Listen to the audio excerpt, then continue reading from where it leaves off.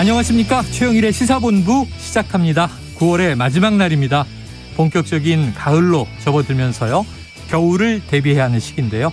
자, 10월의 첫 주말, 다음 주는 월요일도 휴무인데 잘 보내야 할 것 같습니다. 자, 어제 방한했던 카멀라 해리스 미 부통령, 자, 윤석열 대통령과 대북 이슈, 안보 등 의견을 나누었고요. 오늘은 또 한미일 해상 연합훈련이 있습니다. 북한은 지금 닷새 사이에 3번이나 미사일을 발사하는 위협을 가하고 있습니다. 자, 그런데 국내 정치는요. 이 어제 저녁 국회 본회의에서 박진 외교부 장관에 대한 해임 건의안을 의결했죠. 자, 계절보다 더 빠르게 얼어붙고 있는 것 같습니다.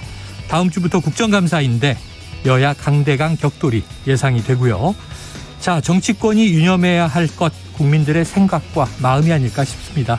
자, 정치의 표면은 뜨거웠다가 차가웠다가 격돌하고 시끄러운데요. 정작 많은 국민들은 바라보면서 이거 뭐 하는 일인가? 저런 언행들은 우리의 삶과 무슨 관계가 있는가? 자, 어이없게 바라보는 이 시선도 좀 깨달아야 하지 않을까 싶습니다. 그 국민들의 마음을 조금이나마 모아서 전달하기 위해 최영일의 시사본부 출발합니다.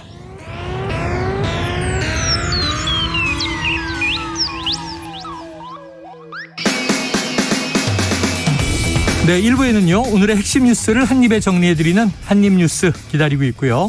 2부에서는 시사본부가 미처 다루지 못한 이슈들을 따로 모아서 소개하는 스트리트 뉴스파이터 준비가 되어 있습니다. 이어서 금요 톱10 스포츠본부 이어가도록 합니다. 자, 한입에 쏙 들어가는 뉴스와 찰떡궁합, 오늘의 디저트송 신청 기다리고 있으니까요. 오늘 뉴스에 어울리는 노래가 있다 싶으시면 문자 샵 9730으로 자유롭게 보내주시기 바랍니다. 자, 오늘의 디저트송 선정되신 분께는 치킨 쿠폰 보내드리고 있고요. 많은 참여 부탁드리면서 짧은 문자 50원, 긴 문자는 100원입니다.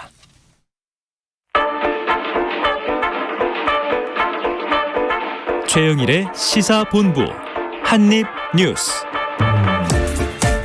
네, 오늘의 핵심 뉴스를 한입에 정리해드리겠습니다. 한입뉴스 박정호 오마이뉴스 기자, 헬마우스 임경빈 작가 나와 계십니다. 어서 오세요. 안녕하십니까. 자, 어제 이 시간에 국회가 정회 중이었죠. 네. 그래서 과연 본회의가 열릴 것이냐, 또 이 박진 외교부 장관 해임 건의안이 상정될 것이냐, 네. 또 상정되면 처리가 될 것이냐 궁금함이 많았는데 어제 저녁 되니까 6시에 본회의 소집. 그렇습니다. 속보가 나오더라고요. 결국 어젯밤에 처리가 됐죠. 네, 국민의힘 의원들 불참을 했고요. 정의당 의원들도 표결에 참석하지 않았습니다. 결국 이 재석 의원 170명 가운데 찬성 168명, 반대 1명, 기권 1명으로 가결이 됐습니다. 네. 예상했던 반대, 해임 건의안은 어떤 걸 지적하면서 이렇게 상정이 됐냐면 윤석열 대통령의 영국, 미국, 캐나다 순방 외교가 아무런 성과도 없이 국격 손상과 국익 훼손이란 전대미문의 외교적 참사가 끝난 데 대해 주무장관으로서 엄중한 책임을 져야 할 거다라고 설명이 돼 있었습니다.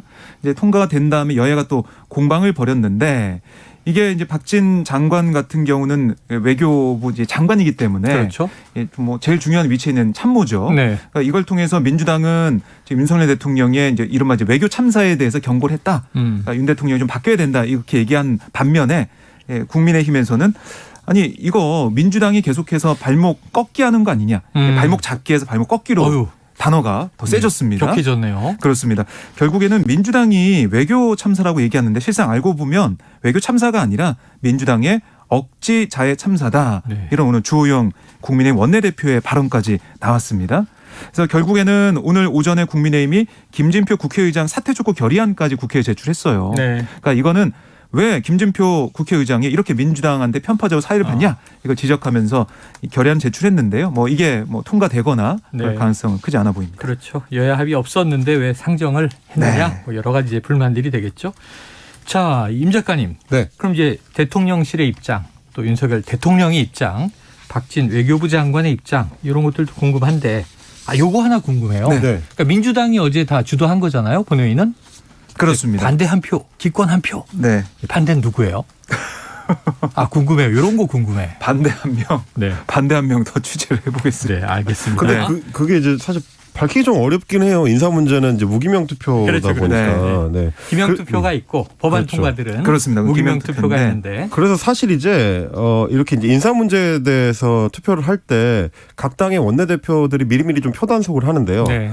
표 계산을 다 해보거든요. 그렇죠. 뭐 전화 통화도 해보고 얘기도 들어보고 그랬는데 분위기가 좀 묘하다. 아. 원내대표 입장에서는 약간 자신이 없다. 네. 이탈표가 나올 것 같다 싶을 때 보통 불참을 합니다. 네. 그러니까 그래서 어제 또 이제 뭐 정의당도 그렇지만 이제 국민의힘이 전체 불참을 선택한 이유 중에 하나가 혹시나 표결에 참여를 했는데 네네. 뭐 저 정부의 일종의 이제 경고음을 보내기 위해서 소신 투표를 해가지고 네네. 이탈표가 많이 발생을 하게 되면은 원내대표 입장에는 상당히 부담이 되거든요. 민주당 의석보다 더 많은 표가 나왔다 이러면 이제 그렇죠. 이제 그렇게 되면 이제 좀 부담이 되는 상황이 될 수 네. 있어서 아마 불참 결정을 하는 데 있어서 영향을 미친 거 아닌가라는 그래요. 이제 분석을 해볼 수 있습니다. 자, 대통령실 입장은 어떻습니까?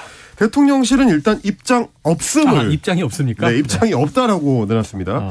어. 물론 이제 그 대통령실 고위 관계자가 연합뉴스하고 통화를 하면서 해임 건의로 인한 정쟁의 피해는 국민들에게 돌아갈 것이다라고 밝히긴 했지만 그럼에도 불구하고 공식 입장은 입장 없습니다라고 강조를 했고요. 그리고 이제 박진 장관 같은 경우도 이제 계속해서 지난 27일 이래로 지금의 이 상황 그러니까 정쟁화되고 있는 거에 대해서 우려를 한다라는 얘기를 반복을 했었는데 오늘도 마찬가지입니다. 오늘은 조금 더 거기서 한 발 나가서 대통령의 이번 외교 순방이 외교 참사라고 야당에서는 폄하를 하고 있지만 저는 거기에 동의할 수 없다. 네. 이렇게 얘기를 했기 때문에 어쨌든 야당의 이런 그 해임 건의안 통과에도 불구하고 물러날 뜻이 없다는 거를 다시 한번 명확하게 한 거고요. 그래요? 어제 대통령도 이제 비슷한 언급을 했기 때문에 그랬죠? 네. 네, 아마도 이제 대통령 입장에서는 해임 건의안에 대해서 이제 거부권을 행사하거나 네.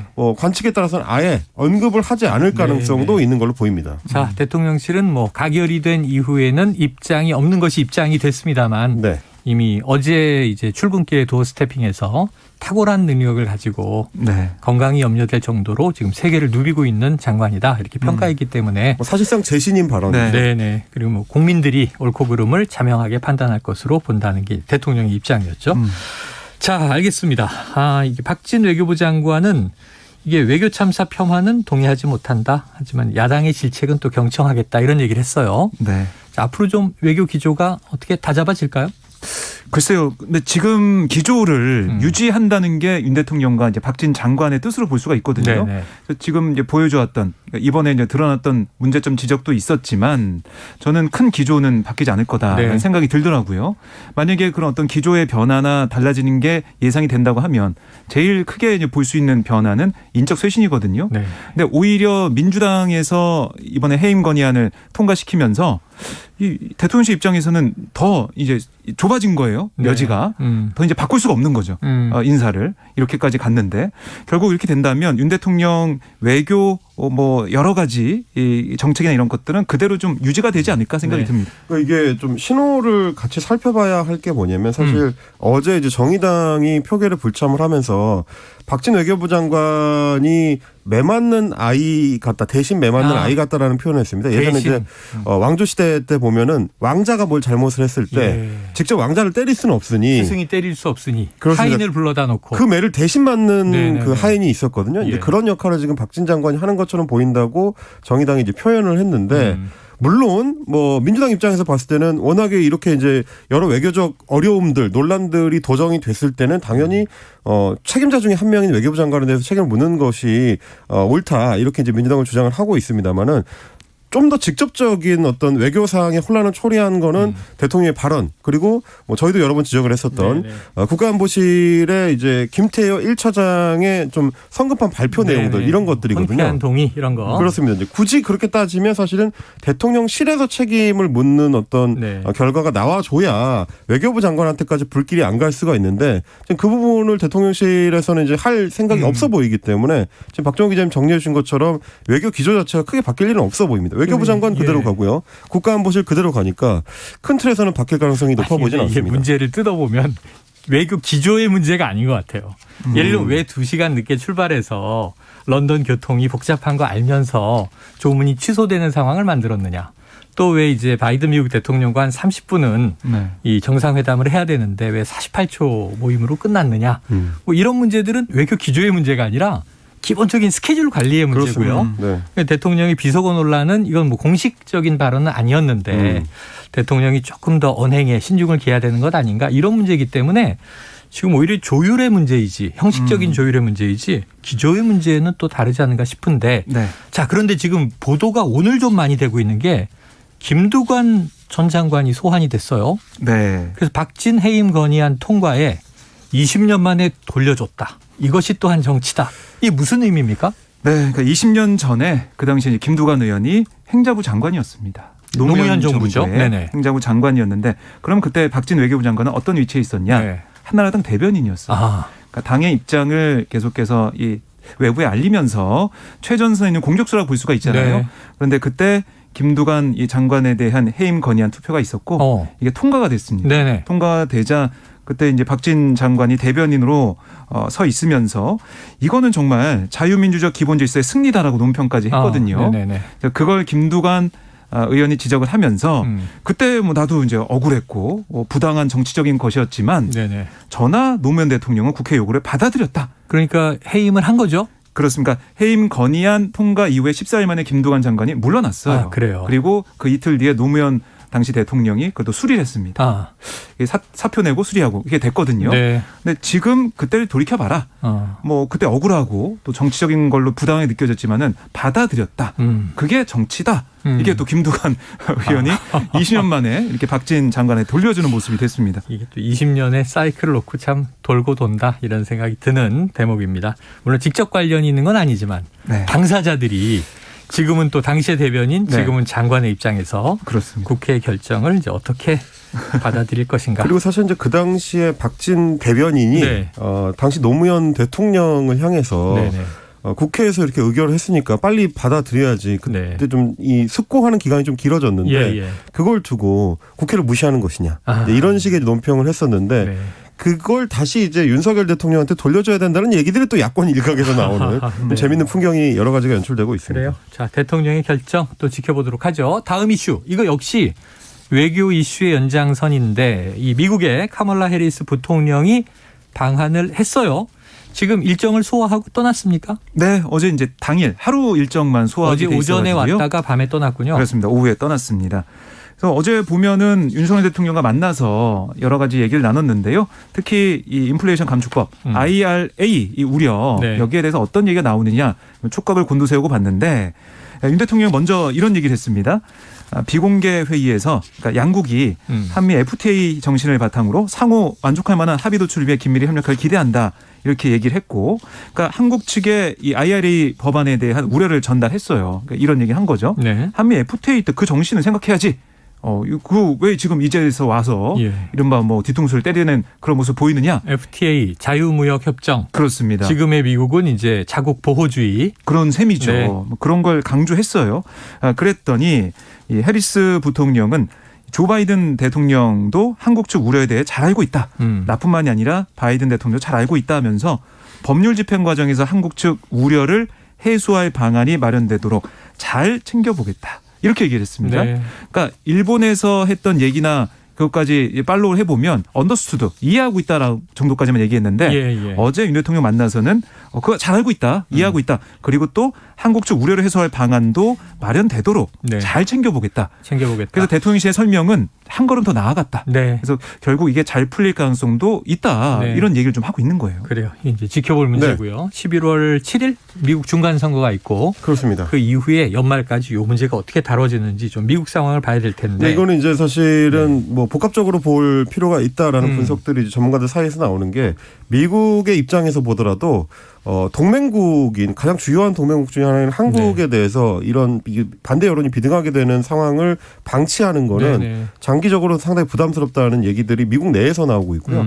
워싱턴 정가에서도 이거에 대해서는 좀 해결 방안을 찾아야 된다는 문제 제기들이 많습니다. 그러다 보니까 나오는 얘기가 뭐 박정 기자님도 말씀하셨지만 한미 FTA가 있으니까 그 조약을 이제 기반으로 해가지고 뭔가 좀 이렇게 그 사정을 봐줄 수 있는 요소를 네네네. 적용을 하자거나 혹은 어차피 현대차 나라에서는 미국의 공장을 지금 짓고 있는 상태니까. 사실 2년 후면은 뭐 우리 브랜드가 그렇습니다. 미국 내에서 완성차가 나오는 거죠. 완성차 양산이 어차피 예정이 돼 있으니 네. 그걸 고리로 해서 미리 좀 유예 기간을 주자 한국에 대해서는 뭐 이런 어떤 해법들도 나오고 있고요. 실제로도 한국의 전기차나 혹은 이제 전기차용 배터리 같은 것들이 우리 기업들을 제외시켜 버리면은 미국 내에서 자체적으로 수요를 충족시킬 만큼의 숫자가 안 나옵니다. 네. 그런 거를 따져봤을 때는 아마 중간 선거 이후에는 해법이 찾아질 것 같은데 어제까지 해리스 부통령의 발언의 어떤 수위로 봤을 때는 당장 뭔가 이제 뚜렷한 해결점을 미국 측에서 적극적으로 제시할 가능성이 그렇게 높아 보이지는 네. 않는다. 뭐 이렇게 보입니다. 자, 그런데 이제 이 와중에 핵심적인 85분 어제 이제 윤 대통령과 해리스 부통령이 환담을 했는데 여기서 중요한 의제는 물론 이제 안보 또 이제 대북 정책 네. 문제 그리고 이제 경제 이런 문제였는데 그 이후에 해리스 부통령이 네. 이제 우리나라의 여성 리더들과 또 모임을 하고 그리고 DMZ로 날아갔단 말이에요. 네. 그 백악관에서는 한국의 성평등 및 여성 권익 증진을 논의했다. 그런데 이게 초기에는 우리는 발표가 없었던 것 같아요. 이게 이제 제가 사실 이 맥락에 굉장히 좀 관심이 있어서 네네. 어제 좀 유심히 봤어요. 왜냐하면 이제 우리 매체 기자들이나 혹은 외신 기자들도 어제 회견 환담에서 이제 굉장히 좀 주목을 했던 게 전날 있었던 그러니까 네. 일본에서의 해리스 부통령의 이제 행보 중에 하나가 네. 뉴욕 타임즈하고 이제 인터뷰를 아, 가졌는데 그 인터뷰 내용 중에 아주 직접적으로 한국에 방문해서 윤석열 대통령을 만나게 되면 한국의 여성 평등, 성평등 정책에 대해서 문제 제기를 할 생각이다. 굉장히 좀 구체적으로 네, 얘기를 네. 했었습니다. 근데 뭐 다른 매체도 아니고 뉴욕타임즈면 이제 미국을 대표하는 그렇죠. 매체고 거기에 미국 부통령이 직접 언급을 했기 때문에 네. 당연히 윤석열 대통령을 만나면 그 얘기가 이루어질 것이라는 걸 예측을 하고 있었는데 네. 정작 뭐 제가 어제 봤을 때는 이제 NK 뉴스라고 북한 전문 매체긴 하지만 이제 네네네. 미국의 워싱턴에 본부를 두고 있는 NK 뉴스의 이제 김정민 수석 특파원이라고 있습니다. 한국계인데요. 네. 이 대통령실 관계자한테 관련된 이슈에 대해서 논의를 했느냐라고 질문을 했더니 그런 논의를 하지 않았다. 그래서 이제 여성 문제와 관련해서 해리스 부통령은 언급이 없었던 것으로 알고 있다라고 답변을 하는 바람에 우리 대통령실에서 그렇습니다. 그래서 이제 외신의 각 일보가 다 이제 네네네네. 언급이 없었다는 걸로 나갔고 우리 연합뉴스에도 관련된 내용이 그렇게 표기가 돼서 나갔거든요. 근데 정작 잠시 후에 백악관에서 해리스 부통령하고 이제 윤 대통령이 만난 내용을 브리핑하는 내용에는 그 얘기를 했다고 들어간 겁니다. 있었다. 네, 그것도 아주 구체적으로. 네네. 그리고 이제 한국과 전 세계의 뭐 여성 성평등 문제라든지 여성 파워와 관련된 부분에 대해서 부통령이 직접 언급을 했고 거기에 관심이 많다는 점을 미국 정부가 관심이 많다는 점을 언급을 했다. 이렇게 나가는 바람에 다시 또 질문이 빗발친 거죠. 왜 백악관하고 네네. 우리 대통령실하고 다르냐. 그래서 이제 뒤늦게 좀 해명을 하는 바람에 네. 혹시 이게 소위 말하는 페미니즘 문제 혹은 네, 여성주의 문제와 관련해서 윤석열 정부가 상당히 좀 부담을 갖고 있기 때문에 가능하면 피하고 싶었던 게 아니냐. 네네. 그러다 보니까 굳이 언급하지 않고 숨기려고 했던 거 아니냐라는 문제 제기가 좀 기자들 통해서 나오게 된 거죠. 요즘에 뭐 이런 게 숨겨지나요? 근데 이게 사실 미국 특히 여성 문제에 관심이 많습니다. 네네. 그러니까 그렇기 때문에 백악관이 이걸 브리핑 내용에 넣은 걸 보면 우리 대통령실은 좀 중요도를 좀 적게 봤을 수는 있겠지만 상대방이 또 외교라는 게 상대적인 거기 때문에 상대방이 원하는 거, 관심 있는 것에 대한 초점을 또 맞춰야 되거든요. 네네. 근데 이 여성 얘기를 빠뜨리고 브리핑을 했다? 그리고 이게 없었다라는 맨 처음에 대답을 했다. 이건 좀 외교상으로 봐도 좀 문제가 있는 게 아니냐 지적이 나올 수밖에 없고 돌이켜보면 지난 5월에 한미 정상회담 한 다음에 기자간담회 기억하시죠? 네네. 그때 워싱턴 포스트 기자였던 걸 기억을 하는데 대선 기간 남녀 평등 이루도록 노력하겠다고 했는데 지금 내각에는 여자보다 남자만 있다. 네네. 이렇게 윤 대통령한테 질문하는 외신 기자가 있었지 않습니까? 그때 당시에 유행했던 말이 서우남. 뭐 서울대 뭐 50대 남성 근데 그 인사에 질문 편중됐다. 이후에 여성 인사 기용이 우르륵 있었고요. 그렇습니다. 강인선 대변인이 그렇죠. 당시 전언했던 것은 네. 윤석열 대통령이 정신이 번쩍 드는 듯했다 맞아요. 이런 얘기가 있었죠. 그런 얘기가 있었는데 그러니까 그때 근데 또 그 돌이켜봐도 후보들이 줄줄이 낙마를 하는 바람에 네네. 한 상황도 있었지만 어쨌든 이 미국에 대한 그러니까 미국의 여성에 대한 관심이 큰 상황에서 네. 여기에 대해서 또 우리는 또 어떻게 대응할 것이냐 예. 또 어떤 입장을 가질 것이냐 이것도 중요한데 세세하게 뭐 판단하지 못한 게 아니냐 이런 생각이 그러니까 듭니다. 저는 사실 이 부분은 꼭 말씀을 드리고 싶어요. 한입뉴스 시간에도 저희가 여러 번 지적을 드렸지만 외신의 한국에 대한 관심도나 혹은 이제 이해의 깊이가 예전에 비하면은 비약적으로 높아진 상태입니다. 네. 예전처럼 대내용 메시지하고 대외용 메시지를 갈라가지고 여기선 이만하고 저기선 저 말하면 큰일 나는 시대거든요. 근데 혹시나 지금 같은 경우는 문제가 된 게 뭐냐면 중요도를 평가해가지고 누락을 시킨 게 아니고 질문이 나왔는데 얘기를 안 했다고 한 겁니다. 네네. 그거는 둘 중에 하나거든요. 해당 그 대통령실 관계자가 내용 파악도 못하고 기자 브리핑을 했거나 아니면 거짓말을 했거나 합니다. 어느 쪽이든 문제예요. 네네. 그리고 지금 박정희 기자님 지적해 주신 것처럼 특히 여성정책 관련된 문제는 대선 후보 시절부터 윤석열 당시 후보가 지적을 많이 받아왔었고 대선 캠프 시절에도 워싱턴 포스트하고 진실 공방이 있었거든요. 네. 페미니스트라는 말을 했다 안 했다. 이 이후로 계속 외신이 관심을 갖고 있는 사안이기 때문에 네.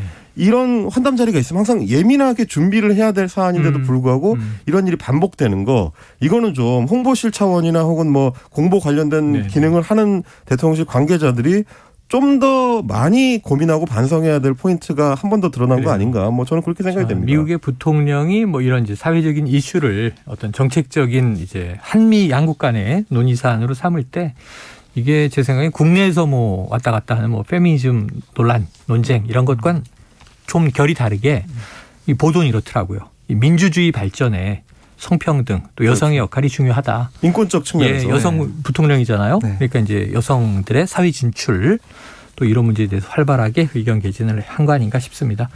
자, 그래요. 그런데 이 문제는 중요했는데 오히려 국내에서 정치권이 시끌시끌한 이른바 비속어 발언 논란 이거는 외교적인 문제는 없는 것으로 보여집니다. 미국 측의 입장은 전혀 개의치 않는다. 네. 바이든 대통령은 윤석열 대통령을 신뢰하고 만남에 만족하고 있다. 이런 정도로 정리가 된 것 같습니다. 그런데 이 낸시 펠로시 하원 의장이 방한했을 때 네, 윤 대통령과 만나진 않고 통화만 했잖아요. 그렇습니다. 근데 이 시점에 대통령실에 이 인플레이션 감축법에 대한 보고가 있었다. 네. 이건 무슨 얘기예요? 그러니까 이게 그 당시 이제 돌이켜 보면 한 달 전이죠. 오늘 이제 9월 마지막 날이니까. 네네. 8월이었고. 네.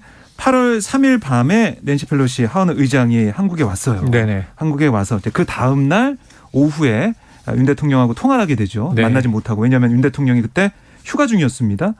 이제 그런데 그게 이제 날짜가 8월 3일 밤이어서 8월 4일에 통화하는 거였는데 그 8월 4일 새벽 8일 새벽에 주미 대사관에서 이 관련된 내용 이게 이 법안안에 우리 전기차 문제가 될 수 있는 문제가 있다. 보조금 삭감 문제 등이 현안이 있다라는 걸 보고서를 보내왔어요. 뭐 산업부나 뭐 기재부나 대통령실에 이제 보내왔단 말이죠. 네네. 그런데 그 오후에 이 낸시 펠로시 의장하고 통화하는데 IRA, 그러니까 이 법안에 대한 그러니까 우리의 우려를 전달할 수 있는 그런 골든 타임 그 시간이 있었는데 그 통화에서는 아예 이 내용이 빠졌다는 겁니다. 그러니까 이미 그러니까 이 새벽에 들어왔으면은 8월 4일 오후 통화 전에 8월 4일 아침부터 시간이 있었는데 그때 우리 정부가 제대로 파악하지 못하고 또 파악을 했더라도 왜 이게 준비를 못한 거냐. 너무 기민하게 움직이지 못한 거 아니냐. 또 왜 여기에 대한 실책이 문제 아니냐. 제기가 안 됐느냐. 그렇습니다. 당시에. 그런 지적이 나오고 있어요. 근데 거기에 대해서는 뭐 산업부나 대통령실에서는 이게 법안이 막 논의되기 시작한 그런 단계였지 않냐. 왜냐하면 이게 8월 7일 상원 통과되고 8월 10일 하원 통과되고 잘 알고 있는데 미국 의회 통과 전이었군요. 전이었습니다. 하원 의장에게 이 문제 제기하는 건 참 중요했던 시점인데. 그런데 이게 법안이 상정될지 말지도 네. 모르는 상황에서 우리가 어떻게 여기서 알겠습니다. 이 내용을 주도적으로 얘기할 수가 있느냐 이런 대통령실 해명이 근데 나왔습니다. 이제 이게 네. 말하자면 너무 바특의 외교부의 보고서가 들어왔기 때문에 대응할 만한 충분한 시간이 없었다는 게 지금 대통령실에서 해명하는 요지예요.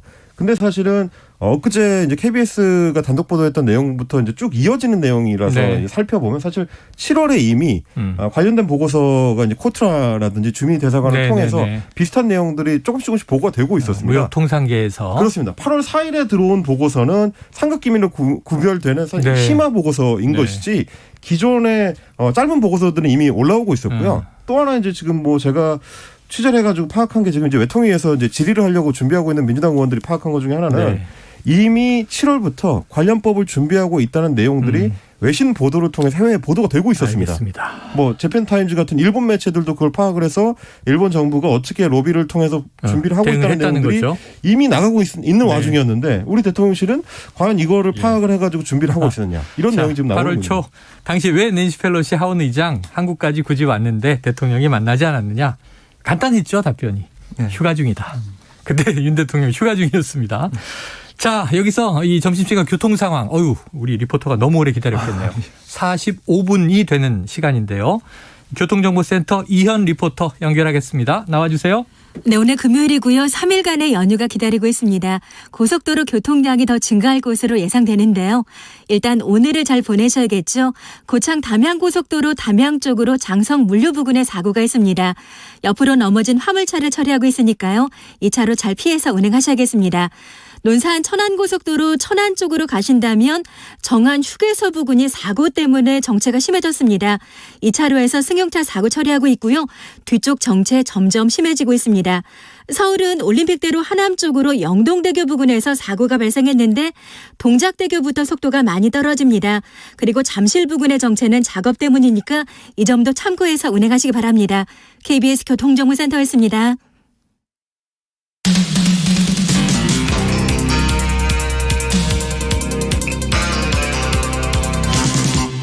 최영일의 시사본부. 네, 아까도 뭐 8월에 이제 방한 이야기 또 네. 그 이전에 인사 관련 이야기를 하면서 지금 불과 몇 달인데 주마등처럼 지나갔어요. 근데 지금 이현 리포트께 너무 오래 기다리게 해서 좀 죄송하다고. 공식적인 사과입니까? 네네. 이현 리포트의 의사는 네. 다음 주에 들어보도록 하고요. 저는 대통령실보다는 좀 빨리 사과하는 것 같습니다. 예, 사과가 빠르다. 자, 교육부 장관 공석이었잖아요. 네, 새로 지명이 됐죠? 그렇습니다. 지금 이주호 전 장관 이번에 또 교육장관으로 지명이 이분이 됐습니다. 과거에도 교육부 장관이었잖아요. 그렇습니다. 그때 교육과학기술부였나요? 네, 교육과학기술부 차관도 있었고 차관 거친 다음에 네. 장관까지 역임을 했는데요.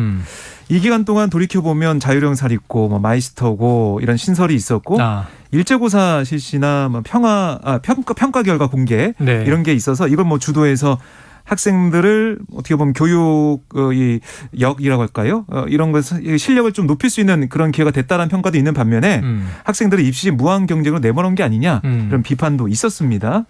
그리고 이 교육부 장관의 이주호 전 장관을 지명했고 또 한 명의 인사가 발표가 됐는데요. 노동개혁 대타협을 주도할 장관급 경제사회 노동위원회 위원장으로 김문수 전 경기지사가 기용이 됐어요. 네네.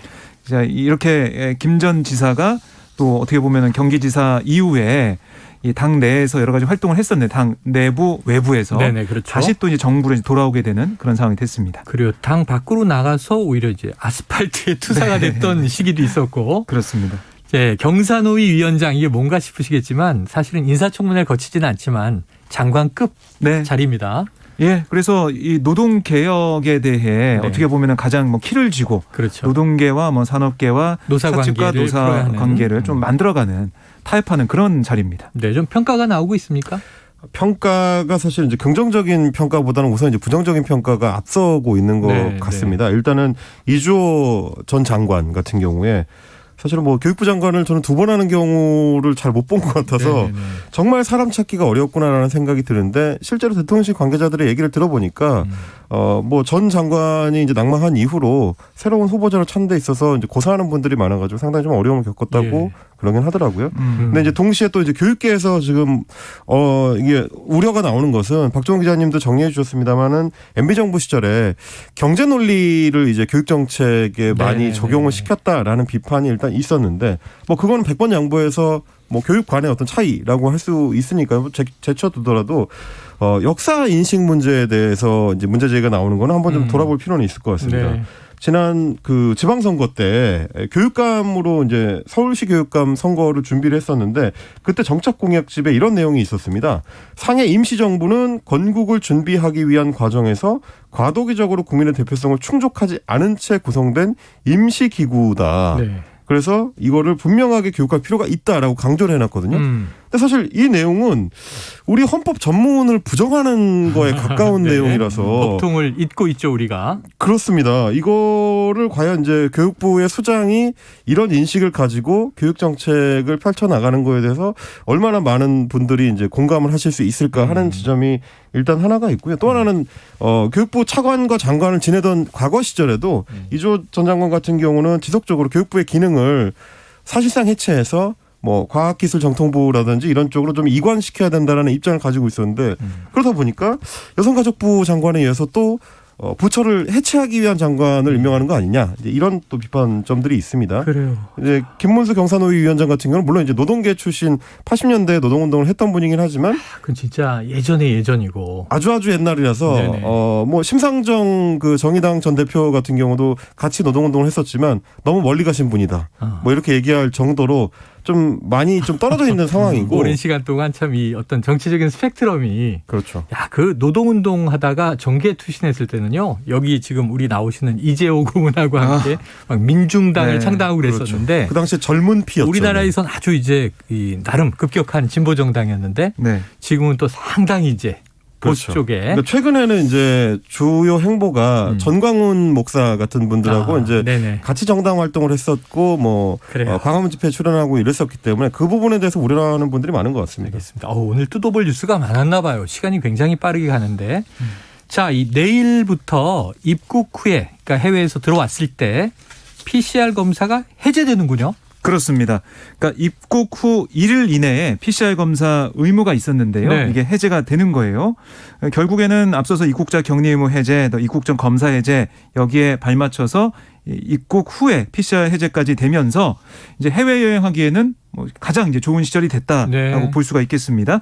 물론 입국 이후 3일 이내 코로나19 증상이 있는 사람은 보건소에서 무료로 PCR 검사를 받을 수가 있는 상황이 됩니다.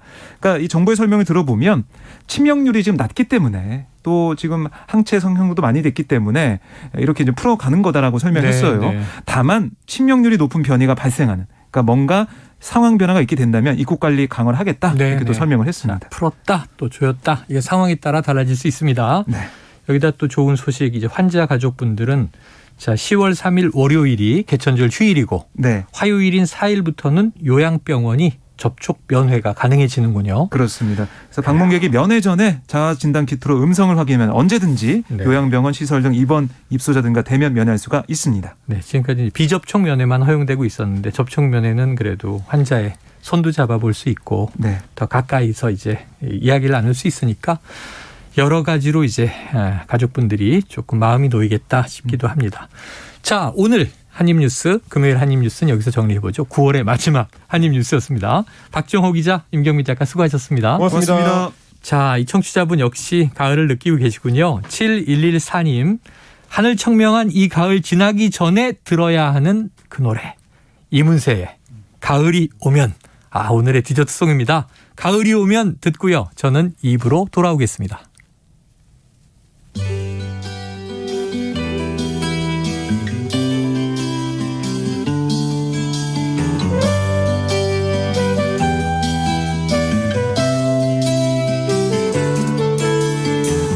가을이 오면 눈부신 아침 햇살에 비친 그대의 미소가 아름다워요.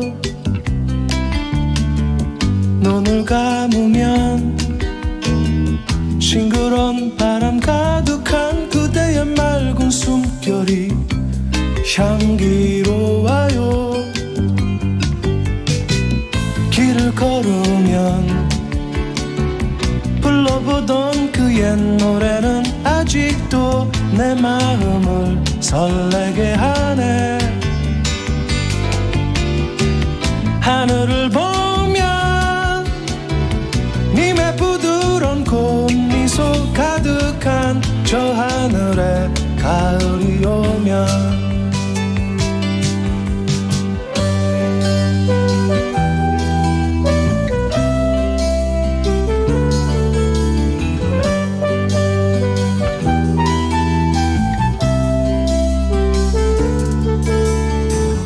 가을이 오면 호숫가 물결 잔잔한 그대의 슬픈 미소가 아름다워요. 눈을 감으면 지나온 날의 그리운 그대의 맑은 사랑이 향기로워요. 노래 부르면 떠나온 날의 그 추억이 아직도 내 마음을 슬프게 하네. 잊을 수 없는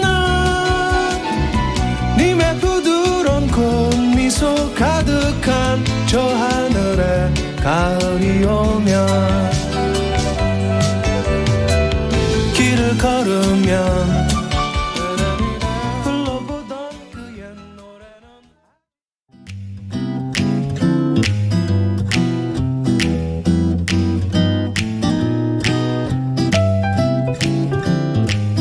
안녕하세요. 바른말 고운말입니다. KBS 1텔레비전에서 방송되고 있는 우리말 겨루기에서 나왔던 문제를 짚어보겠습니다. 오늘은 우리말 달인 도전 1단계 문제로 2개 중에서 맞는 표현을 맞히면 됩니다.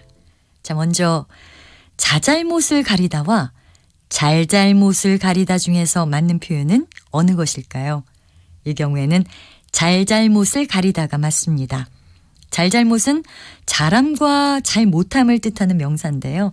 사전에 보면 자잘못은 잘잘못의 잘못된 표현이다 라고 나와 있을 정도로 사용하는 경우가 많은 것 같습니다. 또 마주대하기가 겸연적다와 겸연쩍다 가운데 어느 것이 맞는 표현일까요? 여기서는 쌍지읒을 쓰는 겸연쩍다가 맞습니다. 쑥스럽거나 미안하여 어색하다라는 뜻을 가진 형용사 겸연쩍다처럼 이 적다는 뜻이 없이 쩍다로 발음되는 경우는 발음 그대로 쩍다로 쓰도록 되어 있습니다. 이와 같은 예로는 하는 짓이나 모양이 격에 어울리지 않다 또는 어색하고 쑥스럽다를 뜻하는 멋쩍다도 있지요. 자, 마지막으로 분위기에 걸맞은 옷차림과 분위기에 걸맞는 옷차림 중에서 맞는 표현, 걸맞은입니다. 걸맞다는 두 편을 견주어 볼 때 서로 어울릴 만큼 비슷하다는 뜻의 형용사니까요. 활용형은 걸맞는이 아니라 걸맞은이 맞습니다. 바른말 고운말 아나운서 변희영이었습니다.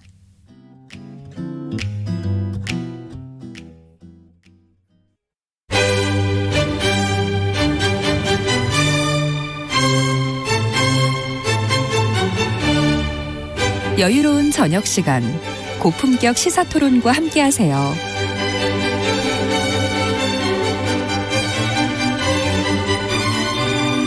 평일 저녁 7시 20분 KBS 열린 토론 정준희 교수와 함께합니다.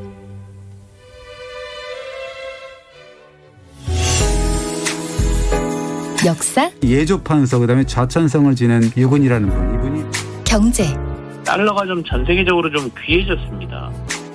음악까지 초콜릿처럼 꺼내 먹어요. 잠들기 전 꺼내 먹는 지식 알사탕. KBS 1라디오 김성환의 시사야. 평일 밤 10시 5분 당신을 기다립니다. 놓치지 마요.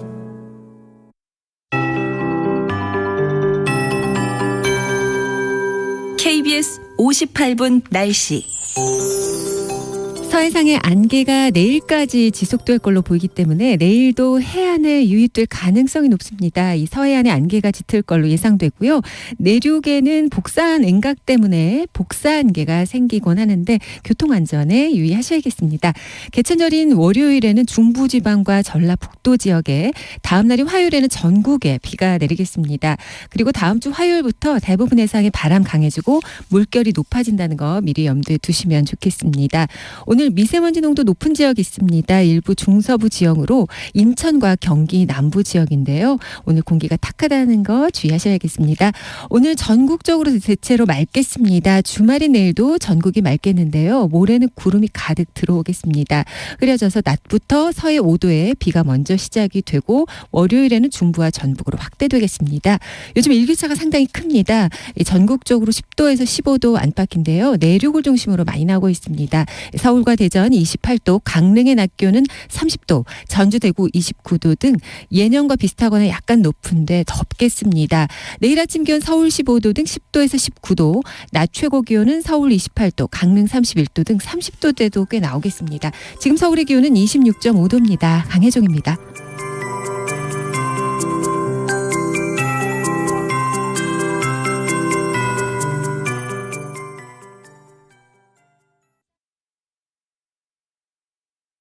정성을 다하는 국민의 방송 KBS가 한시를 알려드립니다. AM 711kHz, FM 97.3MHz, KBS 1라디오입니다. HLKA.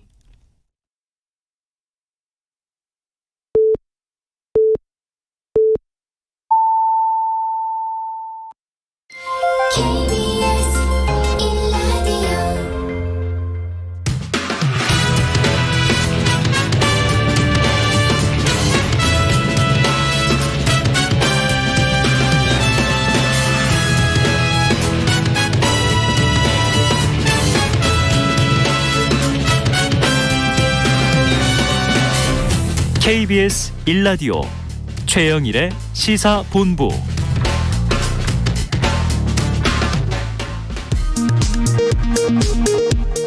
이 시각 라디오 정보센터 뉴스입니다. 윤석열 대통령은 미국의 금리 인상으로 국제 금융시장이 요동치고 있다며 긴장감을 갖고 준비된 비상조치 계획에 따라 필요한 적기 조치를 하겠다고 밝혔습니다. 10월부터 도시가스 요금이 오릅니다. 서울시 기준으로 가구당 평균 가스요금은 월 5,400원씩 인상됩니다. 한편 정부는 올겨울 에너지 사용량 10% 절감을 위해 요금을 인상하고 공공기관 난방 온도를 낮추겠다고 발표했습니다. 지난달 은행권 가계대출금리가 4.76%를 기록하면서 2013년 1월 이후 9년 7개월 만에 최고치를 기록했습니다. 주택담보대출 금리는 4.35%로 한 달 새 0.19%포인트 올랐습니다. 검찰이 이른바 계곡살인의 피해자 이은혜와 조연수에게 무기징역을 구형했습니다. 검찰은 피고인들은 사고사를 위장해 완전 범죄를 계획했다며 거액의 생명보험금을 누린 한탕주의에 빠져 피해자를 살해했다고 말했습니다. 지금까지 라디오 정보센터 뉴스 정한나였습니다.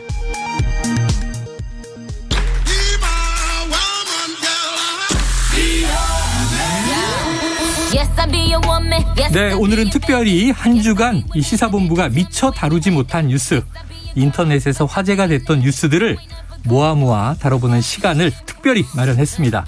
이름하야 스트릿 뉴스파이터. 자, 조현정 시사평론가와 함께합니다. 어서 오세요. 네, 안녕하세요. 반갑습니다. 네, 편안하시죠? 너무 좋아했던 프로그램이어가지고 네네. 이렇게 오니까 색다르고 오랜만에 긴장을 하는 것 같아요. 아유, 긴장하시면 안 돼요. 도와주세요. 네. 자, 들어주시는 청취자분들도 신선한 목소리, 또 새로운 얼굴 기대해 주십시오. 자, 첫 번째 이슈입니다. 소년범죄가 늘어나면서 이 촉법소년의 상한 연령을 낮추자, 이런 논의가 이제 쟁점화됐죠. 네. 여기에 대해서 국가인권위원회는 반대일세. 왜 그런 겁니까? 이게 촉법소년이란 말이 이제는 너무나 잘 알려져 있잖아요. 드라마로도 나오고. 네. 정확히는 범죄를 저지른 만 10세에서 14세 청소년을 말합니다. 네. 이들은 범죄를 저지르더라도 형사처벌 대신에 사회봉사나 소년원 송치 등의 보호 처분을 받고 있죠. 국가인권위원회가 26일에 전원위원회를 열고 촉법소년 상한 연령 조정은 바람직하지 않다라는 취지의 의견을 국회의장과 법무부 장관에게 전달한 안건을 의결했습니다. 네. 근데 최근에 촉법소년 범죄가 워낙에 많이 늘어나기도 했고 죄질도 나빠지면서 이에 대한 여론이 나빠진 지도 상당히 오래됐는데요. 그럼에도 불구하고 인권위가 주장하는 근거는 이렇습니다. 촉법소년 연령을 낮추면 오히려 아동이 범죄의 성향을 학습하거나 소년범에 대한 부정적 낙인과 차별을 확대할 우려가 있다라는 입장입니다. 네, 또 이런 의견이 없었던 건 아니에요. 네. 오히려 학교 밖 청소년, 일탈 청소년 우리가 얘기할 때 사회적인 책임도 있는 거 아니냐. 저들이 저렇게 된 거에 대해서 분노하면서도. 네네. 그래서 그동안 소년범에 대해서는 좀 교화의 방점을 찍어왔던 거 아닌가요? 그렇죠. 그리고 근데 평론가님이 아까 말씀해 주신 것처럼 그 김혜수 씨가 판사로 나오는 드라마까지 네네네네. 나왔었잖아요. 맞아요. 그만큼 이제는 이게 오래되다 보니까 우리 국민들이 더 이상은 어리다고 봐주는 것에는 좀 한계가 있다라고 느끼시는 것 같아요. 그러니까 우리가 화내는 게 경찰이 잡으면 저 촉법소년이에요? 이런다는 그렇죠. 거잖아요. 예. 네. 그런 분위기 때문인 건데 실제로 촉법소년들이 저지른 범죄들의 사례를 보면 성폭행을 하거나 학교폭력, 불법 촬영물 이런 죄질이 나쁜 것들도 있고 혹은 건물에서 벽돌을 던지는 일들도 무수히 우리가 많은 사건들을 봐왔단 말이죠. 그리고 나서 거기에서 더 나아가서 추후에 들려오는 후속 기사들을 보면 남학생이 또래 여학생을 성폭행을 하고도 형사처벌을 받지 않고 넘긴 뒤에 아무렇지도 않게 일상생활을 하고 있다라는 건데 그러나 이 경우에 피해자는 여전히 고통의 나날들을 보내고 있는 거죠. 극단적인 선택을 하는 사례도 덜어 있고요.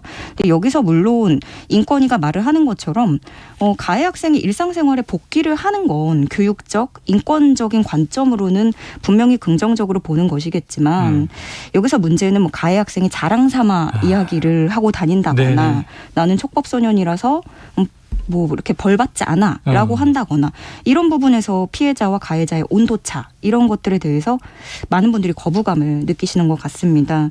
심지어 지난 8월에 인천에서는 이런 일이 있었는데요. 10대들이 전통시장을 상대로 절도 폭행을 일삼아서 상인들의 피해가 커진 거예요. 네. 근데 일선 경찰관들이 법원에 엄벌 탄원서를 낸 일이 있었습니다. 근데 경찰 조직 특성을 생각해 보시면 무언가를 도모하기 위해서 움직인다거나 네. 뭐 가해자를 처벌해달라는 탄원서를 모아서 움직이는 것 자체가 상당히 이례적인 일이었던 이례적인 거죠. 일이죠. 이렇게 적극적인 행동을 하는 게 네. 보통은 이제 법 때문에 안 됩니다. 이제 이런 일이 더 일상다반사인데. 네. 자, 찬성 의견도 있고요. 반대 의견도 있고요. 여전히 이게 팽팽하게 맞서고 있는데 이게 좀 어떻게 좁혀지고 흘러가게 될까요? 그러니까 계속 나오는 얘기 중에 촉법소년 연령을 낮추자 하는 의견은 과거와는 달리 아동의 정서, 신체 성장 속도가 빨라졌다라는 주장이 있습니다. 있죠. 여러 가지 이유로 네. 뭐 신체도 그렇고 네. 또 심리적으로도 또 코로나도 무슨 조숙증 얘기도 네, 나오고 그렇죠. 그러니까. 그래서 예전의 아이들이 아니다. 뭐 네네, 이런 네. 시각인 건데요. 이에 인권위는 아동의 상호 변별 및 행동 통제 능력이 높아졌다는 점을 입증할 객관적 자료가 없다라고 반박을 했고요. 객관적 자료는 없다. 네. 근데 이게 윤석열 대통령의 후보자 시절 공약이기도 했고 네. 또 국회 지금 관련 법안이 계류 중이고요. 법무부도 태스크포스를 구성한 상황인데 네. 이번에 인권위의 의견이 어떤 영향을 미칠지 주목이 되고 있습니다. 예, 알겠습니다. 이게 중요한 문제죠. 사회적으로 우리가 주목해 보도록 해야겠습니다. 자, 요즘 심야에 잡기 힘들다는 이거. 택시. 네. 아우, 저도 힘들어요. 이것 때문에 정부가 대책을 내놓을 이제 예정이죠. 그런데 이게 편법 매크로가 성행하고 있다. 자, 이게 매크로가 등장하는 게 주로 광속으로 뭐 예매할 그렇죠. 때 네.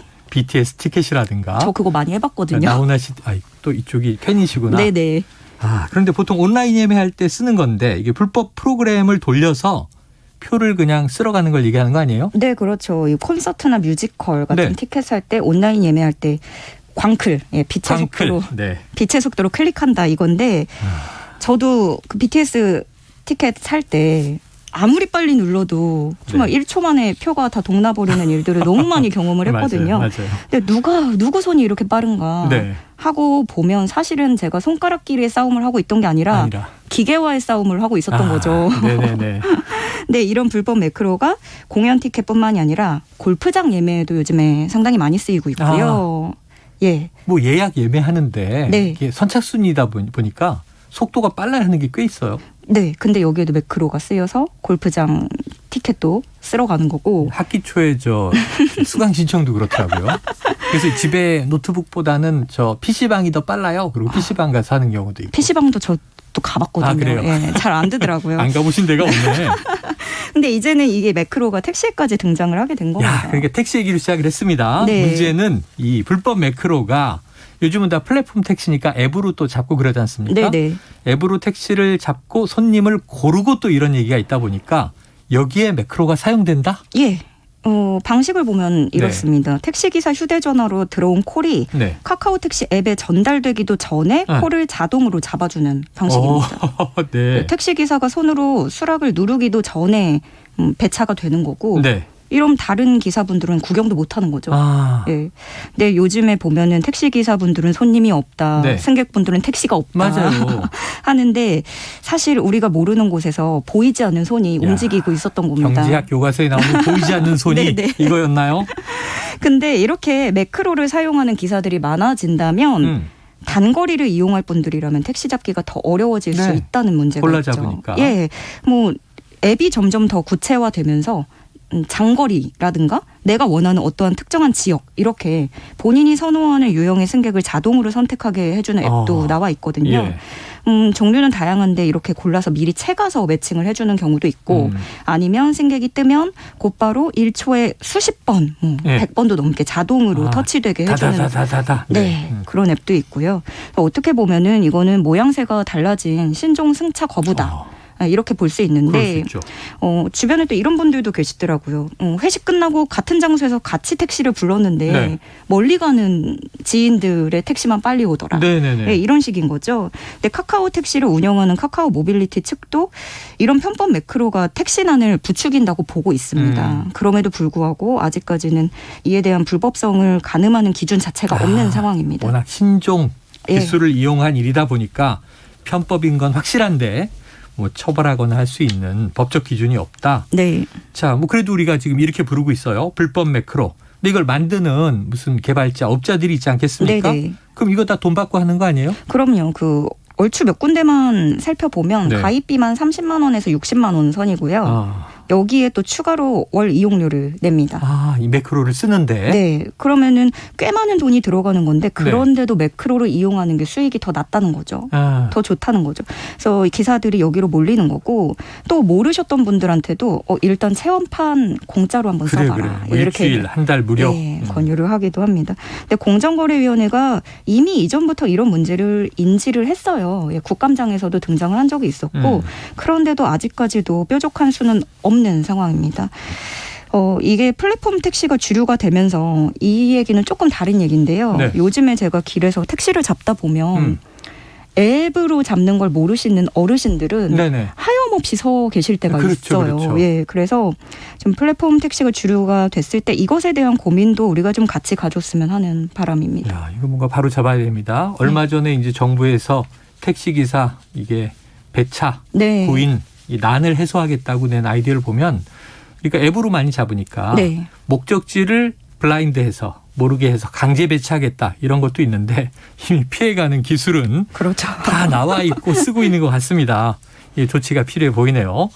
자, 다음 소식 보죠. 미국의 조 바이든 대통령 자 얼마 전에 열린 백악관 행사에서 아찔한 실수를 했다. 이건 뭐예요? 현지 시간으로 28일이었습니다. 바이든 대통령이 기아 영양 보건 관련 회의에서 해당 정책에 대한 초당적 지원을 거론하고 있었는데요. 네. 그때 바이든 대통령이 이렇게 말을 합니다. 마이크 브라운 상원의원, 코리 부커 상원의원, 제키 왈러스키 하원의원 등을 비롯해 여기 있는 모든 사람에게 고맙다고 하고 싶다. 네. 제키 여기 있나요? 제키 어디 있나요? 이렇게 계속 강조를 해서 불렀는데 네네네. 사실 이 제키라는 의원은 지난달에 교통사고로 사망한 사람이었습니다. 네네. 물론 그 당시에 사망했을 당시에 바이든 대통령도 분명히 애도 성명을 발표했고 예. 조기 개양도 지시한 바 있습니다. 그럼 이게 모를 리가 없는 거고. 그렇죠. 그리고 또 오래전 사망자가 아니고 바로 지난달 사망자인데. 네. 자, 안 그래도 이제 바이든 대통령 워낙 고령이니까 건강 이상설이 뭐 꾸준히 제기됐었는데 네. 이 의혹이 더 커진 거 아니에요? 그렇죠. 그래서 백악관 대변인이 해명에 진땀을 뺐는데요. 네. 바이든 대통령이 이 사안을 챙겨온 의원들을 거론하고 있었다라는 점을 강조하면서 네. 그를 기리는 법안 서명 행사가 이번 금요일에 있을 예정이고 대통령의 마음 가장 위에 있었다. 미국 국민은 누군가가 머릿속에 있을 때 이런 상황이 발생할 수 있다는 것을 이해할 수 있을 것으로 본다라고 해명을 했습니다. 근데 이런 말에도 불구하고 기자들은 납득을 하지 못한 거죠. 그래서 한 기자가 질문을 하기로 내 머릿속에는 존 레논이 가장 위에 있지만 나는 존 레논을 주변에서 찾지 않는다라고 재차 추궁을 하기도 했습니다. 그러자 대변인은 당신이 대통령으로서 존 레논을 위한 법안을 서명할 때 다시 얘기하자. 이렇게 말을 하면서 답변을 피하는 일이 있었습니다. 이런 식으로 또 말싸움을 하는군요. 그래요? 누구나 머릿속에 또 뭐 돌아가신 위인이 가장 우선순위에 있다 할지라도 예. 실제로 그걸 부르진 않는데 이때 이제 그냥 어디 있나요가 아니라 그 제키 의원을 추모하는 마음이 듭니다. 뭐 정도였으면 문제가 없는데 이거 좀 그렇습니다. 바이든 대통령의 말실수들이 좀 종종 있었죠? 그렇습니다. 그 7월 중동 순방에서는 홀로코스트의 공포를 기억해야 한다라고 말하던 중에 공포, 호러를 영광, 아너라고 언급을 하기도 했습니다. 이거 봤어요, 외신에서. 예, 이게 이렇게 발음은 많이 달라 보여도 스펠링이 비슷해서 좀 헷갈린 것 같고 또 2020년 대통령 선거 때는 지지자들에게 자신의 손녀를 소개하면서 사망한 아들의 이름을 부르거나 대선에 나가는데 상원 의원에 출마하는 것이 자랑스럽다라고 말했다가 급하게 대통령 후보로 정정을 하기도 했습니다. 네네. 그런데 지금까지 백악관 주치의는 바이든 대통령의 건강 상태가 직무 수행에는 문제가 없다는 소견을 꾸준하게 밝히고 있고요. 네. 생각해보면 바이든 대통령이 42년생, 올해로 만 80세라서 아무래도 크고 작은 실수를 할 때마다 이렇게 계속 꾸준하게 건강 이상설이 등장하고 있는 모습입니다. 네, 뭐 워낙 고령이니까 이런 의혹이 종종 제기되는 것도 이상한 일은 아닙니다. 자, 하지만 실제로 그렇다면 참 큰일이 또 되겠죠. 앞으로 이제 어떤 일들이 벌어지는지 지켜보도록 하고요. 자, 오늘 스트리트에서 그동안 저희가 못 챙기던 쏠쏠한 뉴스를 정리해 주셨는데 자, 오늘은 여기서 마무리하고 또 다음 시간을 기약해 보도록 하겠습니다. 오늘 말씀 고맙습니다. 네, 고맙습니다. 지금까지 조현정 시사평론가였고요. 자, 촉법소년에 대한 이 궁금증 청취자분들이 다시 많이 물어보셔서 그 나이를 한번 정확히 말씀드릴게요. 만 10살 이상, 만 14살 미만 이렇게 돼 있습니다. 그러니까 만 13세까지 적용되는 것으로 보시면 될 것 같습니다. 자, 마무리하죠. 최영일의 시사본부는 여러분과 함께합니다. 짧은 문자 50원, 긴 문자 100원이 드는 샵 9730. 라디오 어플 콩과 유튜브는 무료로 참여하실 수 있습니다.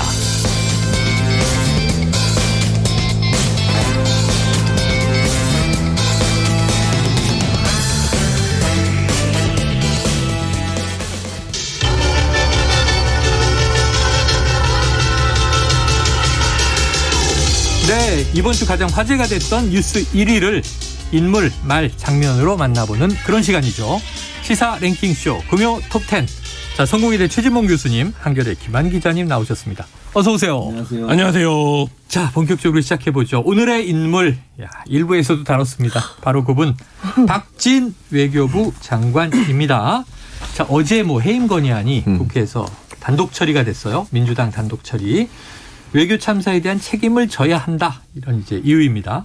주호영 국민의힘 원내대표는 외교 참사 아니다. 민주당의 억지 자해 참사다. 이렇게 또 맞받아쳤어요. 최 교수님, 네. 어떻게 보십니까? 아니, 자해라뇨. 좀 이해가 안 되고요. 국민의 관점에서 봐야 한다고 저는 봅니다. 물론 국민의힘이 대통령실을 옹호하기 위해서 이렇게 말씀하신 거는 이해는 하겠는데 정치적으로 국민들이 볼 때 그러면 성과가 뭐가 있냐는 거예요. 눈에 띄는 성과가 없어요. 48조 한미 정상회담 했잖아요. 그것뿐만 아니라 한일 정상회담도 우리나라는 약식회담, 정상회담도 약식회담이라고까지 얘기했는데 일본은 간담회라고 그러고. 그런 상황에서 무슨 성과는, 그리고 한미 한일 정상회담에서 무슨 성과라고 특별히 나오는 게 없잖아요, 지금. 외교가 지난번에 그 조문 외교 같은 경우에도 가서 조문을 안 해가지고 또 논란이 됐었고. 그러니까 성과가 거의 없어요. 거기에다가 비속어 욕설 논란만 남고 지금도 그 문제가 진행 중입니다. 이런 상황에서 과연 외교적 참사라고 하는 건 누가 봐도 이거는 인정할 수밖에 없는 상황이에요. 네. 그 상황에서 아무도 책임을 안 지고 넘어간다? 그럼 이제 곧 G20 정상회담 있습니다. 그때는 또 어떻게 할 거예요? 그러면 뭔가 문제를 쇄신하고 변화를 줘서 정상회담에 나가 제대로 일할 수 있는 시스템을 갖춰야 되잖아요. 근데 아무도 책임 안 지고 이런 일이 있었는데 그냥 넘어간다? 이건 있을 수 없는 일이에요. 저는 이게 대통령실이나 국민의힘이 공격으로 받아들이지 마시고 이번 기회를 통해서 외교 라인을 다시 짜고 진영을 다시 갖추어서 정말 외교를 성공적으로 이끌 수 있는 그런 시스템을 만드는 계기로 삼았으면 좋겠습니다. 네. 자, 그런데 이제 그냥 넘어가는 건 아니에요. 네. 김 기자님, 그냥 넘어가는 게 아니라 오히려 가짜 뉴스를 엄벌해야 된다. 이렇게 이제 또 다른 이슈로 제기되고 있는데 기자 입장에서 어떻습니까? 근데 지금 너무 이게 정쟁으로 흐르고 있는데, 그러니까 애초에도 그런 얘기들 많이 했습니다만 대통령이 유감을 표명을 하고 지나갔으면 될 일인데 이게 지금 전국을 일주일 넘게 일주일이 넘었어요. 네, 이렇게 지금 장식하고 있는 상황이고, 여기에 이제 점점 파급이 커져서 장관에 대한 해임 건의안이 제출되고, 그 다음에 국민의힘은 공영방송을 고발하는 사태로 번져가고 있는데, 과연 이게 누구를 위한 것이냐? 그러니까 이준석 대표가 페이스북에 쓴 글입니까? 지금 잡아야 될 거는 물가 다른 게 아니다라는 얘기도 하고 있는데, 그러니까 민생 경제가 굉장히 어렵다는 얘기를 여야 정치권들이 하면서 이 문제에서 정쟁을 정쟁으로 받는 태도가 계속 이어지고 있는 이 상황 자체가 지금 문제가 아닌가 이런 생각도 듭니다. 그래서 이게 매일 저희도 다룰 수밖에 없으니까 오늘이 9월의 마지막 날인데 정치권이 대승적으로 자 9월로 끝냅시다. 10월 1일부터는 하지 맙시다. 10월은 새로 시작합시다. 그러면 좋겠는데 국정감사까지 갈 것 같아서 걱정이 큰데, 자, 어제 박진 장관에 대한 해임 건의안이 통과되자 지금 국민의힘의 반격은 이래요. 오늘 김진표 국회의장의 사퇴 권고안을 제출한다는 거죠. 그런데 민주당의 진성준 원내수석 부대표 얘기를 들어보면 전례도 없고 될 리도 없다. 어렵겠죠? 어렵죠. 왜냐하면 지금 현재 국회 다수석이 민주당이잖아요. 불가능하고, 사실은 해임 건의안 같은 경우는 72시간 내에 이제 처리를 해야 돼요. 자동 상정이 됩니다. 회의를 주재하냐 안 주재하냐의 문제인 건데, 처음에 그 김진표 의장이 그런 얘기 했잖아요. 1차적으로 요구했을 때 1차 시한은 일단 양측이 더 협의해봐라. 그렇게 해서 돌려보냈어요. 동의도 하고. 근데 협의가 안 된 거잖아요. 그럼 해임안이 올라오면 자동 상정이 되는 것이고 72시간 내에 처리를 해야 되는데 그럼 계속 안 하고 뭉개고 넘어가 보세요. 그 비판은 어떻게 또 감당할 겁니까? 네. 의장으로서는 어느 정당에 치우친다고 저는 보지 않고 당연히 해야 될 의사 진행을 했다고 봐요. 그래서 이게 72시간 내에 진행해야 되는 이유가 있었고 또 자동 상정이 되기 때문에 그 자체를 안 했을 경우에 더 큰 후폭풍을 맞을 수밖에 없는 상황이었고 지금 뭐 국민의힘이 추진하는 뭐 해임 공고라든지 뭐 이런 거 사퇴 공고 이런 부분들은 정치적 공세일 뿐이지 실제 일어날 가능성은 없다고 봅니다. 자, 이 대목에서 두 분의 의견을 좀 들어보겠습니다. 박진 외교부 장관의 입장. 네. 자, 그러니까 이게 외교 참사라는 것엔 동의할 수가 없다. 네. 그런데 야당의 질책은 또 국익 외교를 잘 해달라는 차원으로 경청하겠다. 이런 얘기를 했습니다. 자, 스스로 거취를 결정할 가능성. 김한 기자님 몇 %? 스스로는 결정을 못한다고 보고요. 아, 그래요? 네. 결정이 되려면 대통령실에서 결정을 해야 되는데 인사권자가. 네, 물론 해임 건의안이 통과됐다고 반드시 해임해야 되는 건 아닙니다. 건의니까 구속력은 없어요. 근데 이게 항상 역대 장관의 해임 건의안을 보면 뒤에 굉장한 후폭풍들이 따릅니다. 네. 그러니까 이거에 대해서 정치를 생물이다 뭐 이렇게 얘기도 하지만 책임의 예술이라는 말도 많이 하거든요. 책임의 예술이라는 말도 많이 하거든요. 책임의 예술. 그러니까 지금 박진 장관 입장에서는 억울할 수 있습니다. 내가 말하자면 지금 문제가 된 많은 것들이 나에게서 비롯된 문제인가. 그렇게 생각하지 않을 수 있습니다. 다만 아까 대신 매맞는 아이 이 얘기도 일부에서 제가 뭐 정의당에서 휘핑보이라는 표현도 썼는데 그럴 수 있지만 이 정치는 결국에 책임을 져야 되는 거거든요. 네. 그래야 매듭이 지어지는 거기 때문에 그 차원에서 지금 뭐 박진 장관도 고민은 있을 거라고 보여지고요. 이 결정은 결국 대통령실에서 해야 되는데 대통령이 그 뭐 우리 국회를 상대로 비속어를 쓴 거다라는 홍보수석의 해명이 아직 거둬지지 않고 있지만 매일 계속 강조하는 게 협치 아니었습니까? 협치 차원에서도 이게 무슨 의미인지 좀 대통령실에서 오히려 좀 깊은 고민이 필요한 시점이 아닌가 싶습니다. 자, 최 교수님 이게 후폭풍 얘기를 지금 김 기자가 해주셨는데 박진 장관이 스스로 사퇴하거나 뭐 인사권자인 대통령이 해임할 가능성 뭐 조금이라도 있을까요? 지금 현재는 거의 없는 상황이라고 봐요. 그러나 이게 이제 일단 해임안이 통과가 됐잖아요. 지금까지 전례를 보면 전임 정부들 보면 한 명 빼고는 거의 다 사임을 했어요. 스스로. 건의안이 통과됐을 때. 물론 이거는 대통령의 고유 권한이기 때문에 대통령이 이걸 수용 안 하면 의미가 없어요. 그런데 그렇게 됐을 경우에는 후폭풍이 크다는 거죠. 여론도 그렇고 이미 국민이 대표기관인 국회에서 해임안이 결의가 됐어요. 그 말은 결국 평가에서 안 된다 이렇게 결정이 난 거잖아요. 그런데 이걸 뭉개고 계속 간다? 그건 국민의 뜻에 대한 어떤 도전 이렇게 비춰질 수 있어요. 그래서 또 아까 이제 김 기자도 얘기했지만 협치 문제도 있기 때문에 어찌 보면 물론 박진 장관 아까도 말씀하셨지만 내가 무슨 죄야 이렇게 얘기할 수 있어요. 박진 장관만의 책임인가? 그렇죠. 근데 누군가는 책임을 져야 돼요. 그럼 책임을 지는데 밑에 사람이 책임질 수는 없잖아요. 쉽게 설명한 군 조직 같은 경우 보면요. 밑에서 문제가 발생해서 사단장이나 군단장 이런 사람이 책임을 지잖아요. 지휘관들이. 그런 일이 벌어지죠. 예, 그러니까 누군가는 이번 외교 참사에 책임을 지지 않으면 국민들의 분노가 사그라들지 않아요. 그런 차원에서 본다고 하면 저는 윤석열 대통령이 이걸 수용하는 것이 그것이 앞으로 협치에도 물꼬가 트일 수 있고 또 외교 문제 이번에 외교 참사 문제도 어느 정도 일단락지고 갈 수 있다. 만약 여기서 계속 박진 장관을 해임을 하지 않고 계속 갔을 경우에는 제가 볼 때는 외교 참사 문제 논란이 계속 커질 수 있는 그런 위험성이 있다고 봅니다. 자, 정치적 부담이 남고 또 국민 여론이 안 좋아지기 때문에 억울할 수는 있으나 보통 책임을 지우는 방식을 택했다. 그럼 아까 해임 안 된 한 명의 장관은 누구예요? 그때 그 아마 박근혜 전 대통령 때 농수산 장관 아니었어요? 정확히 제가 이름을 제가 모르겠는데요. 김동완 장관의 해임안이 됐을 때는 본인이 이제 사표를 내고 대통령이 수리하는 형식이었고 그래서 20년 만에 뭐 돌려줬다. 박근혜 정부 때 농림축산식품부 장관이었던 것 같아요. 제 기억에. 알겠습니다. 이렇게 이게 지나가면요 장관 이름도 잘 기억을 못하고 우리가. 그런데도 이게 당대에는 아주 시끌시끌하고 뜨겁습니다. 자, 어제 윤 대통령 해리스 미국 부통령과 접견이 있었습니다. 해리스 부통령은 윤 대통령의 이제 비속어 논란에 대해서 미국 측은 전혀 개의치 않고 있다.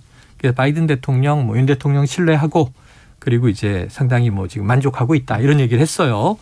자, 대통령실 입장에서는 그 외교부 장관 지킬 수 있는 명분. 왜냐하면 또 영국 조문 논란도 영국은 한국에 감동했고 감사한다 또 이런 얘기를 했단 말이에요. 그럼 외교 문제는 일단 없는데 요거 영향이 있을까요? 영향이 있다. 그러니까 이 문제가 영향을 주지는 못해요. 그러니까 무슨 말이냐면 외교 관계에서 타국의 어떤 다른 나라의 부통령이나 다른 나라에 책임 있는 사람 우리나라에서 그러면 문제 있어. 이거 해명하시오. 이렇게 나오면 이건 큰 외교 문제가 돼요. 그렇죠. 그렇게 할 수가 없어요. 네네네. 기본적으로 정말 이 나라와 진짜 절연을 하고 하면 전쟁까지 하겠다 이런 네네. 생각이 없으면 어느 나라가 아무리 실수를 했어도 그 실수에 대해서 우리 불만 있어. 당신들 그러면 안 돼. 뭐야 이거 빨리 해결해. 네네. 이렇게 나올 수는 없어요. 그렇죠. 그러니까 외교적 수사라고 저는 봐야 된다고 보고요. 영국에서 왜 조문 안 오셨어요? 그러니까, 라든가 그러니까 해리스 이거- 부통령이 네. 왜 그런 말을 하셨어요? 그렇게 할 수 큰일 날 없어요. 일이죠. 네. 그렇게 보면 안 돼요. 그래서 이게 이렇게 얘기했기 때문에 외교 참사가 없었다 이건 아니에요. 외교 참사라고 하는 것은 우리 국민이 봤을 때 대통령이 외국에 순방하는 기간 동안 뭔가 문제가 있었고 그 문제가 국민의 시선과 관점에서 맞지 않는다고 생각하면 그거 자체가 참사인 거예요. 그러니까 우리의 관점에서 봐야 되지 해리스 부통령이 우리는 개의치 않겠다 했다고 외교부 장관의 책임과 문제가 없다 이렇게 넘어가는 건 안 된다고 보고요. 조문 외교 같은 경우는 외교부 문제가 저는 있다고 봐요. 물론 대통령실의 의전팀도 문제지만 외교 라인이 조금 더 정교하게 조율도 하고 또 플랜 B나 C나 D나 이런 부분들을 작동을 해서 나중에라도 조문을 하게 했다면 이런 문제까지 안 가잖아요. 그러니까 누군가는 책임을 져야 되는 상황이고 그런 상황에서 박진 장관이 대표로 책임을 질 수밖에 없는 상황이라고 봅니다. 알겠습니다. 자, 미국 쪽은 모르겠고 우리 쪽이 좀 절박했던 이슈들이 있습니다. 네. 경제 현안이죠. 예를 들면 인플레이션 감축법 같은 거 IRA. 자, 해리스 부통령은 뭐 어제 85분 이야기를 길게 나눴으니까 이런 이야기가 나왔군요. 한국 측 우려를 해소할 방안이 마련되도록 잘 챙겨보겠다. 그래서 이제 우리 정부 입장은 이게 진일보한 미국 측의 입장이다 이렇게 평가하기도 했는데 자 그런데 문제는 주미대사관이 미 상원에서 이 법안이 통과되기 전에 8월 3일 4일 사이 이걸 보고했고 그때 낸시 펠로시 하원 의장이 마침 방한하는 상황이었단 말이죠. 근데 그때 좀 선제적인 조치를 취했다면 대통령실이 좀 긴박하게 움직였다면 상황이 달랐을까요? 뭐 상황이 달랐다라고 장담하기는 어렵지만 여기서 비판을 해야 되는 건 왜 안 움직였냐 그 자체예요. 그러니까 예를 들면 결과는 차치하고 그때 움직였더라도 뭐 결과는 같았을 수도 있습니다. 다만 모든 국가의 정부가 자국의 이익을 위해서 최선을 다하는 건데 지금 이제 나오는 보도들에 따르면 이미 7월부터 이런 움직임이 감지가 됐었고 그럼 그 사이에서도 여러 가지 단발적인 이제 보고라든지 보도들이 있었다라는 건데 그런 상황에서도 전혀 이제 뭐 대응이 없었다라는 게 지금 확인이 되고 있는 거고 지금 이건 이제 단적인 거죠. 펠리스 하원 의장이 왔을 때도 대통령이 이제 휴가라고 안 만났는데 맞아요. 그때도 이제 많은 말들이 있었어요. 그러니까 뭐 대통령이 휴가면 미국에서 이렇게 뭐 서열 세 번째가 와도 안 만나는 거냐 뭐 이런 논란이 있었는데 그래도 뭐 그때 인정했습니다. 근데 그때 이런 현안까지 있었다라고 한다면 그때 만나냐 안 만나냐 이거가 중요한 것보다 그 전에 우리 정부가 어떤 대응을 해왔냐. 그러니까 이번에도 48주 만나는 동안 충분히 얘기를 했다라는 게 대통령실의 설명인데 그러면 과연 그런 부분들이 지금 어떻게 되고 있는 거냐. 현재에서는 이게 워낙 어렵게 꿰매놓은 법안이라 다시 풀어서 뭐를 넣어주고 이게 쉽지가 않다라는 얘기들이 나오고 있는데 뭐 그런 부분들에 대해서는 어떤 준비를 하고 있는 거냐. 뭐 이런 부분들을 우리가 이제 물어야 될 때인 것 같습니다. 그러니까 자꾸 이제 일본하고의 비교 뭐 이런 얘기도 나오고 있는데 지금 최 교수님 대통령실은 주미대사관이 보고했을 그 당시 이 법안이 막 논의되기 시작한 단계여서 미국 측과 구체적인 논의를 하기에는 어려웠던 상황이다 이렇게 해명을 했어요. 어떻게 들으셨습니까? 저는 이 해명이 잘못됐다고 생각합니다. 논의되기 시작할 때 얘기를 해야죠. 아니 예를 생각해 보세요. 통과된 다음보다는 그러면 안 되죠. 그러니까 논의가 시작될 때 미리 얘기해서 로비를 하든 아니면 우리 측하고 문제 제기를 하든 그렇죠. 얘기를 해서 법안이 논의되는 단계부터 우리나라가 들어가게 만들어야 돼요.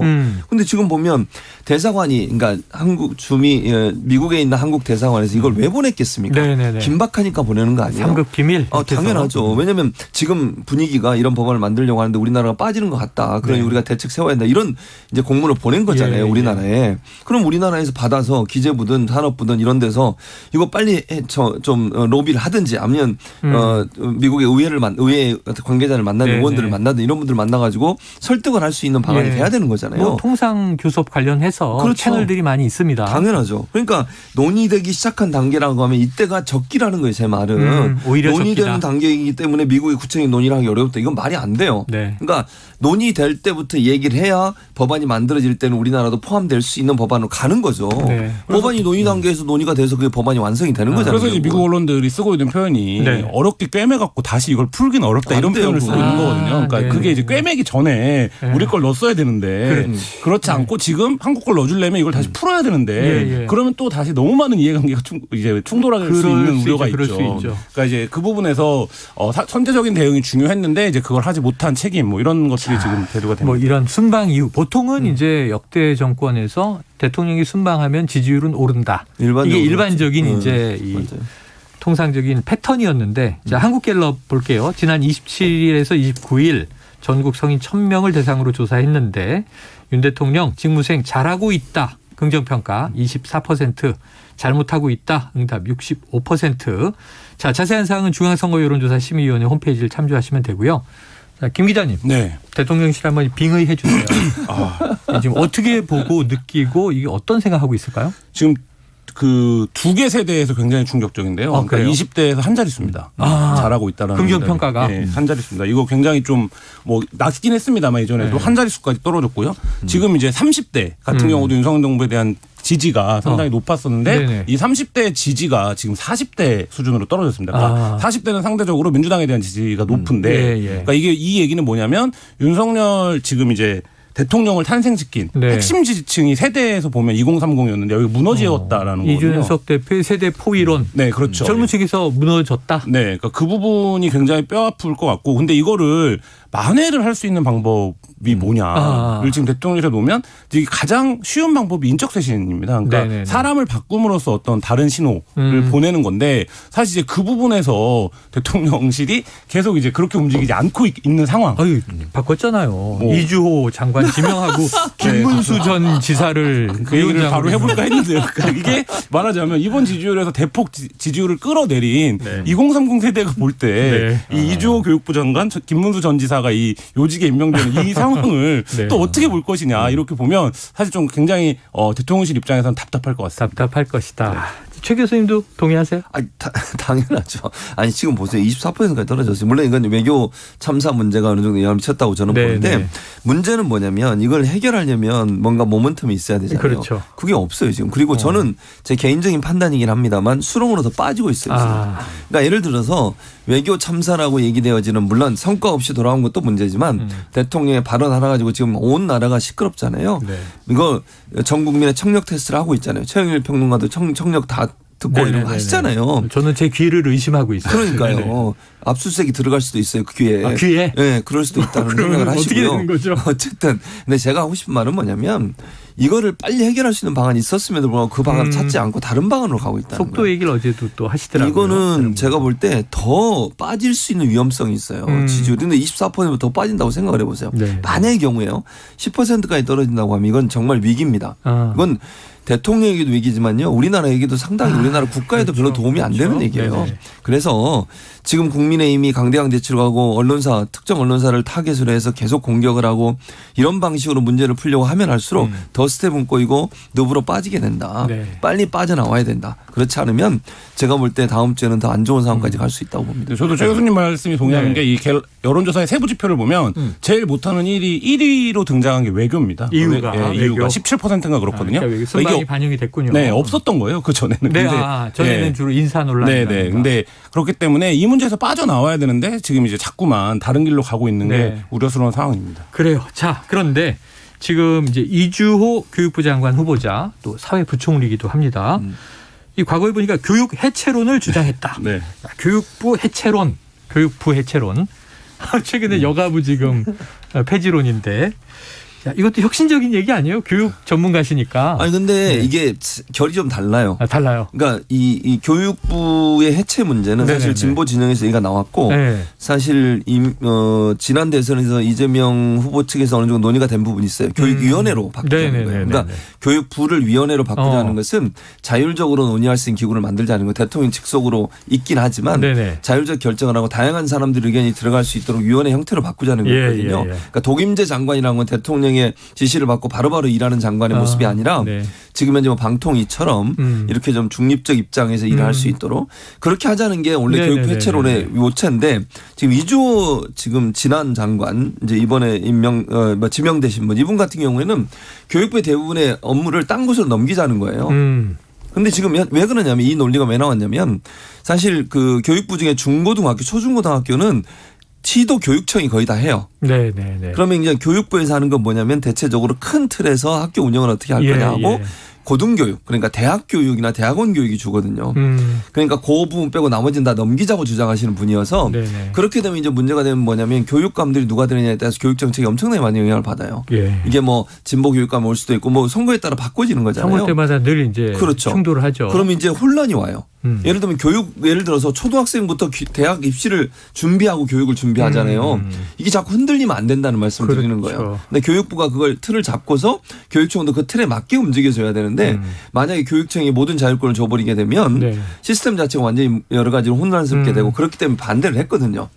그래서 그런 부분이 반대가 있었는데도 이조 이제 전 장관은 예전 장관 하실 때 장관 하실 때가 아니군요. 장관을 그만두고 본인이 어디 가서 발표하실 때 아마 그 얘기를 하신 것 같아요. 그래서 논란이 되고 있습니다. 그래요. 알겠습니다. 자, 교육 얘기가 나와서 말인데요. 네. 자, 윤석열 대통령이 최근에 어린이집을 방문했는데 이게 뒤늦게 또 화제가 되고 있어요. 네. 한번 직접 육성을 듣고 오겠습니다. 아껴 쓰고 나눠 쓰고 바꿔 쓰고 다시 쓰자라는 의미에서 학부모님들 물건을 보내주시고 난 아주 좀 어린 그 영유아들은 저 집에서만 있는 줄 알았더니 아주 어린 애기들도 여기 오는구나. 2살 안 되는 6개월부터 6개월부터 그래도 뭐 걸어는 다니니까 걔네들은 뭐해요? 네. 자, 좀 어찌 보면 재밌는 이야기일 수도 있는데 윤 대통령이 이제 민생 행보잖아요. 그런데 이게 역효과 얘기도 나오고. 김한 기자님, 어떤 문제입니까? 제가 어린이집에 다니는 애를 키우는 입장에서 지금 현재 맞아요. 뭐 맘카페 애들도 이제 정보 교류 때문에 보고 그러는데 아주 난리가 났습니다. 아빠인데 데디가 맘카페에도 가입돼 있구나. 아니 저는 가입이 안 돼 있고 이제 뭐 보여주는 걸 보곤 하는데 아주 뭐 난리가 지금 난 상황이고 그러니까 이게 보육시설 기본적으로 이런 겁니다. 그러니까 육아 문제가 사회 문제로 대두된 게 10수년이 됐고 그리고 육아 문제에서 핵심적인 게 어떤 것들인지에 대해서는 애를 키워본 사람들은 다 얘기할 수 있고 그렇지 않은 가족들도 다 얘기할 수 있을 정도로 현실에 굉장히 이제 밀접한 문제거든요. 근데 그거에 대해서 대통령이 관련 현장을 방문했는데 전혀 이해가 없다더라. 이게 이제 굉장한 이제 당혹이 다가오는 거죠. 잘 안 들리실 수도 있을 게 때문에 한 세 가지인데 자, 대통령이 이제 아이들에게 물어보죠. 아나바다가 무슨 뜻이에요? 이거 하고 또 이 아주 좀 어린 영유아들은 집에다 있는 줄 알았는데 어린 애기들도 이렇게 어린이집에 오는구나. 그리고 이제 6개월부터 옵니다 하고 얘기했더니 교사가 6개월 그래도 뭐 걸어는 다니니까 걔네들은 뭐 해요? 요 얘기였거든요. 자, 어떤 게 문제라고 보셔요? 이게 전체적으로 문제죠. 전체적으로. 그러니까 뭐 이렇게 얘기할 수는 있을까요? 예를 들면 대통령실에서 윤석열 대통령이 이제 육아를 안 해보셔서 그럴 수 있다 이렇게 얘기할 수 있는데 그건 핑계가 될 수 없어요. 왜? 대통령이 되는 순간 어느 곳을 방문하기 전에 기본적인 정보를 갖고 가셔야 되는 거예요. 그리고 보좌진인 걸 브리핑을 해야 돼요. 예를 들면 그러니까 본인이 육아의 경험이 없으신 분이라면 보좌진이 아이들 지금 방문하러 가는데 여기는 어떤 시설이고 아이들은 어떤 상황이고 우리 육아 정책은 어떻고 현재 문제는 뭐고 앞으로 해결 방안은 뭡니다. 이걸 얘기해 줘야죠. 그래야 대통령이 가서 무슨 한마디를 하실 때 그 국민들에게 정말 보여지는 거잖아요. 제대로 육아 정책을 잘 알고 있구나 이게 이해가 되는. 지금 이 단어 물론 아나바다 저는 예전부터 알았고 아이들은 다 알아요. 저 초등학교 때 나온 말이어서 한 30년 된 말입니다. 김한 기자님이 초등학교 때 나왔어요. 제가 국민학교 입학해서 초등학교 졸업했는데 그때 나온 말입니다. 근데 그거를 모르시니까 잘 모르겠어요. 좋습니다. 그렇다 치고요. 영유아들이 집에서 다 있는 줄 알았다. 이 말도 정말 이 맞벌이하는 부부들한테는 엄청난 마음의 상처예요. 이게 그 엄마나 아빠들은 이게 정말 육아 정책에 대해서 아무것도 모른다라는 그렇게 드러내는 발언이에요. 그런데 사실은 대선 후보 시절에는 돌봄 서비스 이런 것들에 대해서 공약이나 정책을 냈잖아요. 그리고 지금 교육부 장관으로 임명한 이주 후보자가 핵심적으로 자기의 과제로 그 공적으로 잘하는 게 누리과정이거든요. 영세부터 5사의 보육과정을 만든 건데 사실 이제 그런 맥락들이 겹쳐지면 이게 과연 문제를 알고 있는 것인가 이거에 대해서 좀 근본적인 회의가 드는 거죠. 그렇죠. 그래요. 자, 또 다른 인물 지금 인사가 발표가 됐습니다. 김문수 신임 경제사회노동위원장. 자, 대통령실 고위 관계자는 좌우 극단을 오간 사람인 만큼 사회 전체를 들여다볼 수 있을 것이다. 이 설명. 최 교수님 맞습니까? 아닙니다. 아닙니까? 저는 그렇게 생각하지 않습니다. 물론 본인의 정치적 이해관계 때문에 왔다 갔다 했어요. 스펙트럼이 넓은 건 맞죠? 아니요. 그건 아니죠. 그게 스펙트럼이 넓은 게 아니죠. 제가 모르겠습니다. 이분 이제 김문수 전 지사 같은 경우에 본인의 정치적 입지 때문에 왔다 갔다 했다. 우리가 보통 그런 분들은 어떻게 부르는지 아시잖아요. 정치 철새라고 부릅니다. 물론 저는 이분이 뭐 어떤 가치관을 갖고 있는지를 잘 분간이 안 돼요. 왔다 가시 하셨기 때문에. 다만 저는 제일 문제가 되는 게 뭐냐면 이분이 갖고 있는 노동관이에요. 노동관. 그러니까 노조에 대해서 귀족 노조다. 노조가 뭐 산업계를 도움이 안 된다. 이런 노조 정책을 노동관을 갖고 계신 분이 경산노위 위원장을 하는 건 말이 안 돼요. 아니 경산노위가 어떤 곳입니까? 그러니까 정부 그다음에 사업체, 사업자들 그리고 노동자 중재를 하는 거예요. 중재를.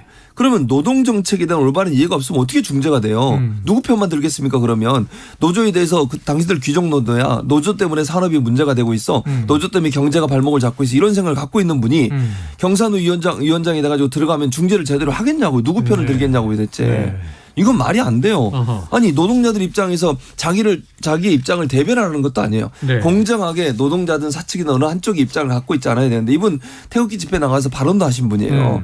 그런 여러 가지 발언들의 내용들을 지금까지 쭉 봤을 때 노동계급에 대해서 또 노동관이 우리가 생각하는 일반 노동자들의 입장을 너무 반대하는 그런 입장에 서 있었기 때문에 이런 분이 경산노위 위원장을 하시는 건 저는 바람직하지 않다고 봅니다. 알겠습니다. 야, 시간이 또 많이 흘러서 지금 두 번째 이슈도 하나 보죠. 이건 김환 기자님 오늘의 주간 장면으로 돈 스파이크 구속.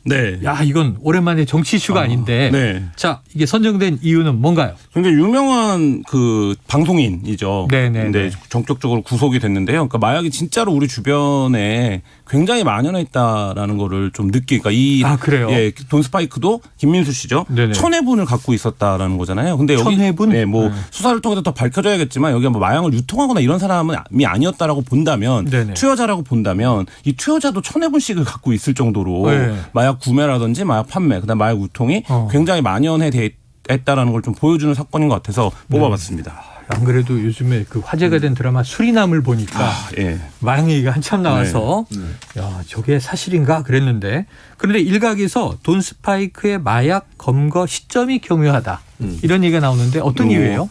이게 이제 정치적으로 굉장히 큰 사건들이 있을 때 뭐 연예인 관련된 이슈나 이런 게 나온다라는 것들 이제 옛날부터 많았죠. 사람들이 이제 의심을 하는 건데요. 근데 지금 사실 경찰이 마약 사범 집중 단속을 하는 기간입니다. 그래서 계속 마약 사범들을 서별로 이렇게 발표하고 있는 때라서 뭐 좀 그런 뭐 의심, 우려 뭐 이런 것들이 있는데 이건 이런 이제 음모론은 역설적으로 정치나 사회가 너무 어렵다.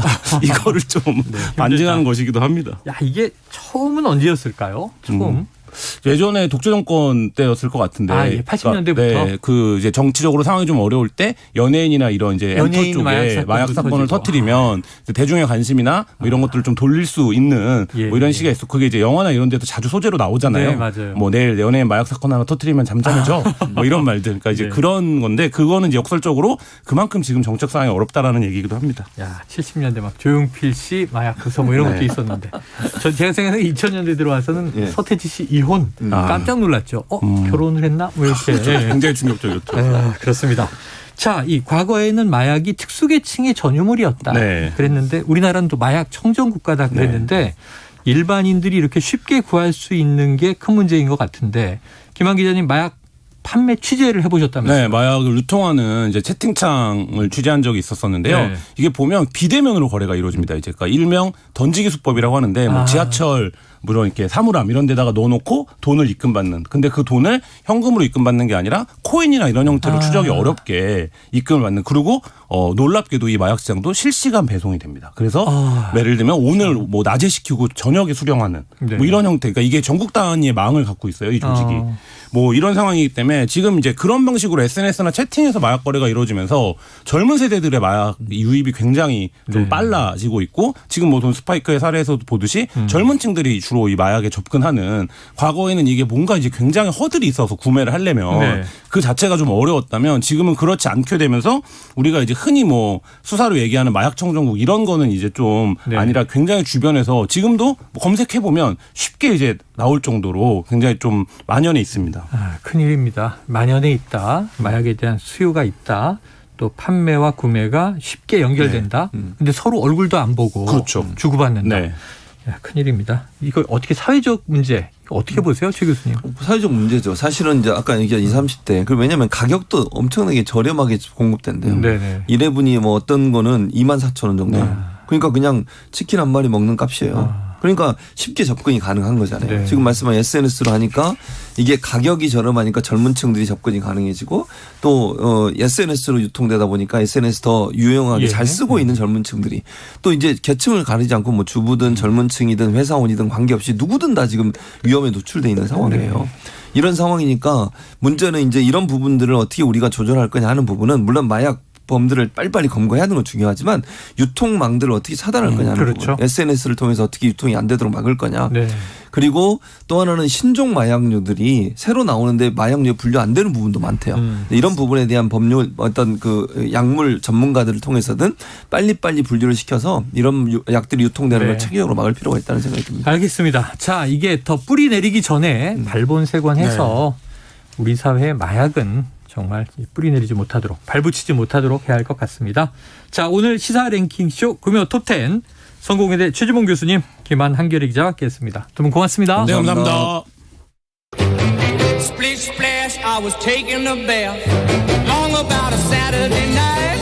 Yeah. 점심 먹고 유쾌한 시사 디저트 한 입. 최영일의 시사본부. Well, I stepped out the tub and put my feet on the floor. I wrapped the towel around me and I opened the door. And in a splish splash, I jumped back in the 네, 시사본부 매일 이 시간 청취자분들에게 드리는 깜짝 간식 선물이 준비되어 있습니다. 물론 오늘도 준비되어 있고요. 코너 들으시면서 문자로 의견 주시는 청취자분들에게 아마 오늘 편의점 상품권이겠죠? 쏘도록 하겠습니다. 짧은 문자 50원, 긴 문자 100원이 드는 샵 9730으로 의견 많이 보내주시기 바랍니다. 자, 금요일의 마지막 코너입니다. KBS 스포츠국의 정현호 PD와 함께 한 주간의 스포츠 소식 정리해봅니다. 어서 오세요. 네, 안녕하세요. 야, 잘생기셨다. 갑자기 다음 달에 이제 네네. 결혼이죠. 그렇습니다. 이제 얼마 안 남았네요. 얼마 남았습니다. 자, 우리 축구 대표팀의 월드컵 전에 마지막 평가전이 이제 다 끝난 거죠? 그렇죠. 정리가 된 거죠? 네. 지난 2경기였는데 네네. 또 국내에서 했고 네. 자, 우리 팀의 강점과 약점 어떻게 분석이 됐는지 네. 평가를 부탁드립니다. 어쨌든 두 경기 다 득점에는 성공을 했다는 점, 네. 어떻게든 득점을 했다는 점에서는 분명히 좋은 평가를 할 수 있을 것 같고 네.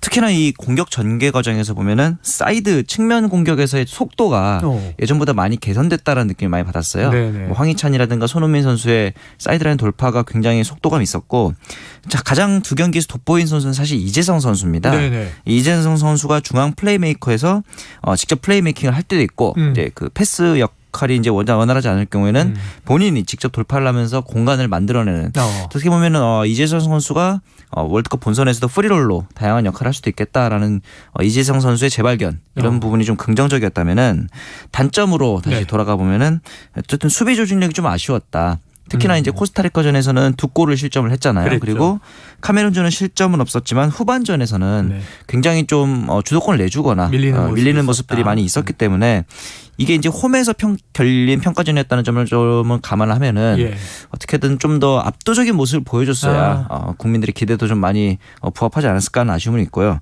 그다음에 역시나 벤투호에서 항상 제기되는 다양한 선수 활용이라든가 전술적인 변칙 이런 것들을 좀 더 시험해 볼 수 있는 기회가 있었음에도 불구하고 실패했다는 점 이런 부분에 있어서는 조금 아쉬웠습니다.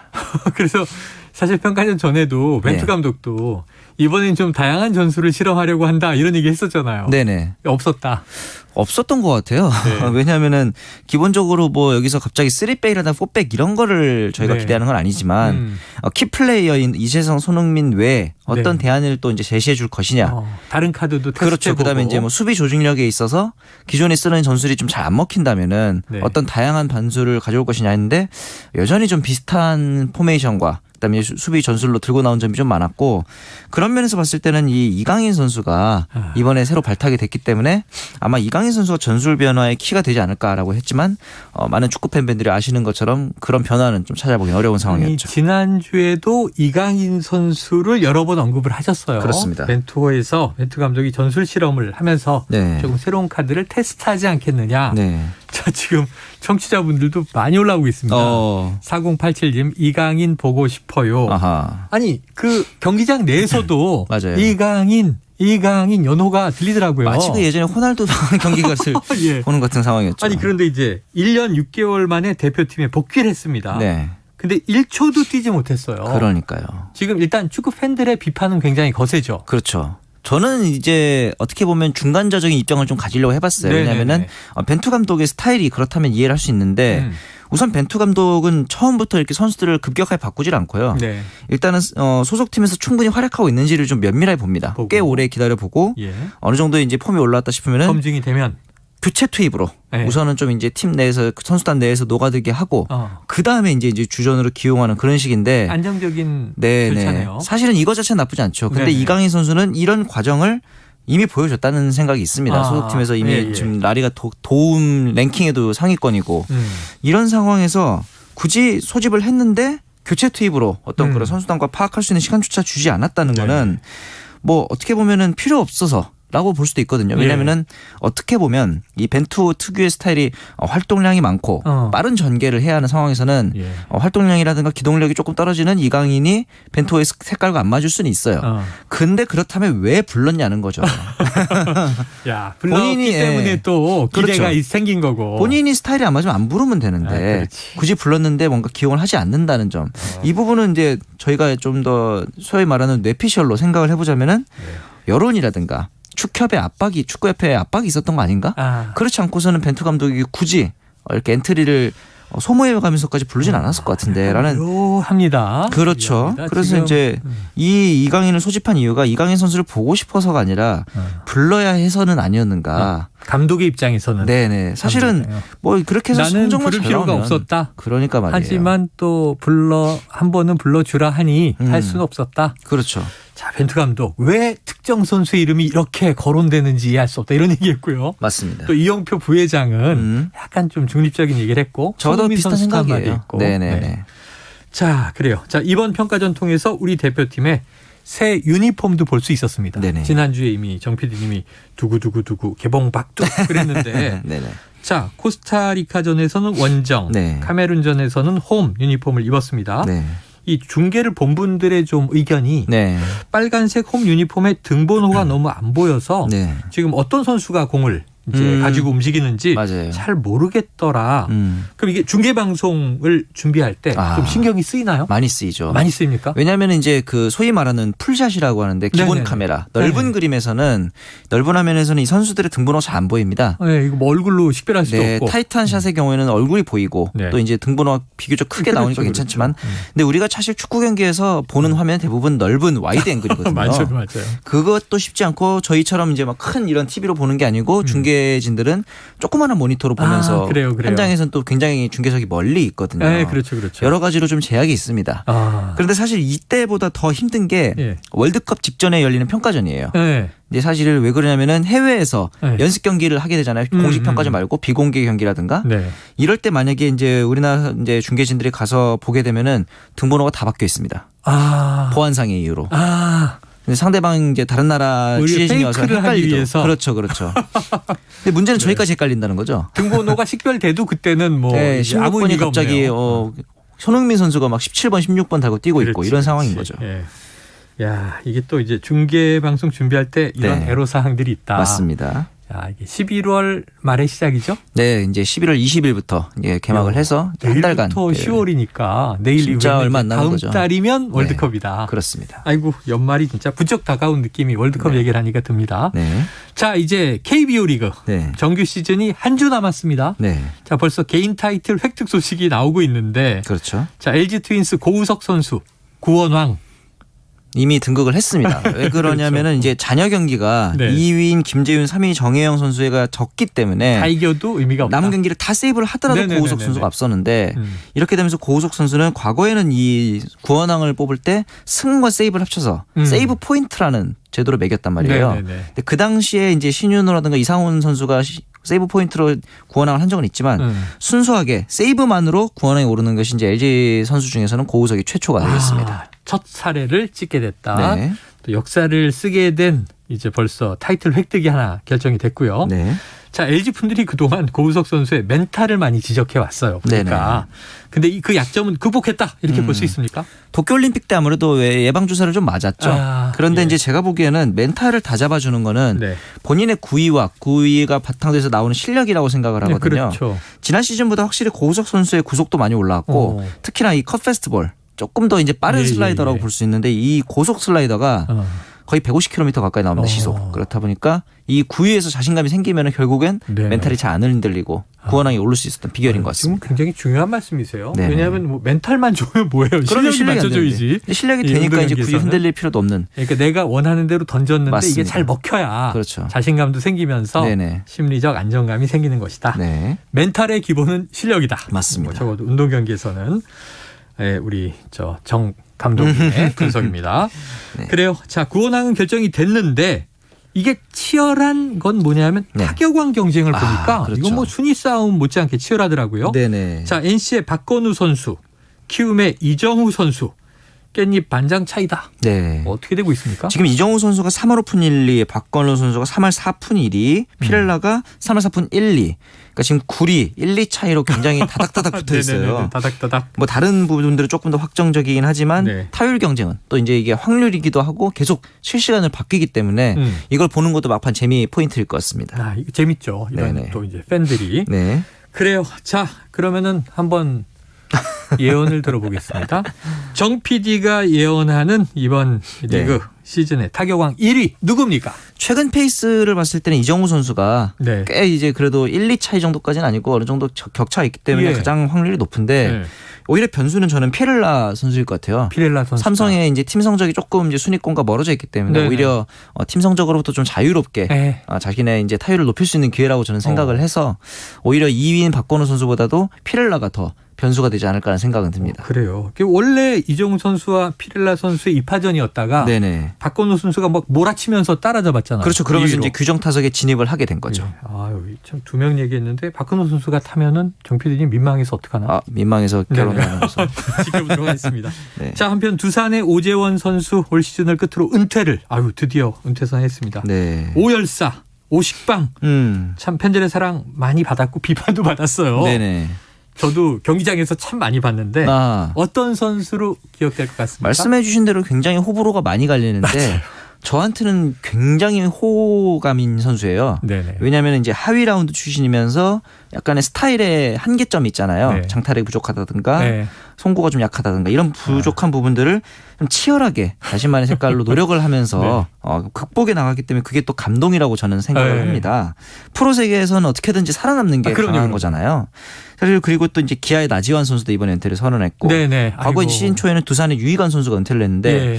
세 선수 다 어떻게 보면 조금만씩은 부족함이 있지만 자기만의 분야를 개척해서 성공했다라는 네. 점에서는 프로가 살아남는 방법을 보여주는 선수들인 것 같더라고요. 코로나 전에 제가 경기장 가서 두산 경기 볼 때마다 네네. 오 선수는 항상 공을 잘 골라서 그렇죠. 일루진루를 했었습니다. 열심히도 뛰고. 예, KBS 스포츠국의 정현우 PD와 스포츠본부 함께했습니다. 고맙습니다. 감사합니다.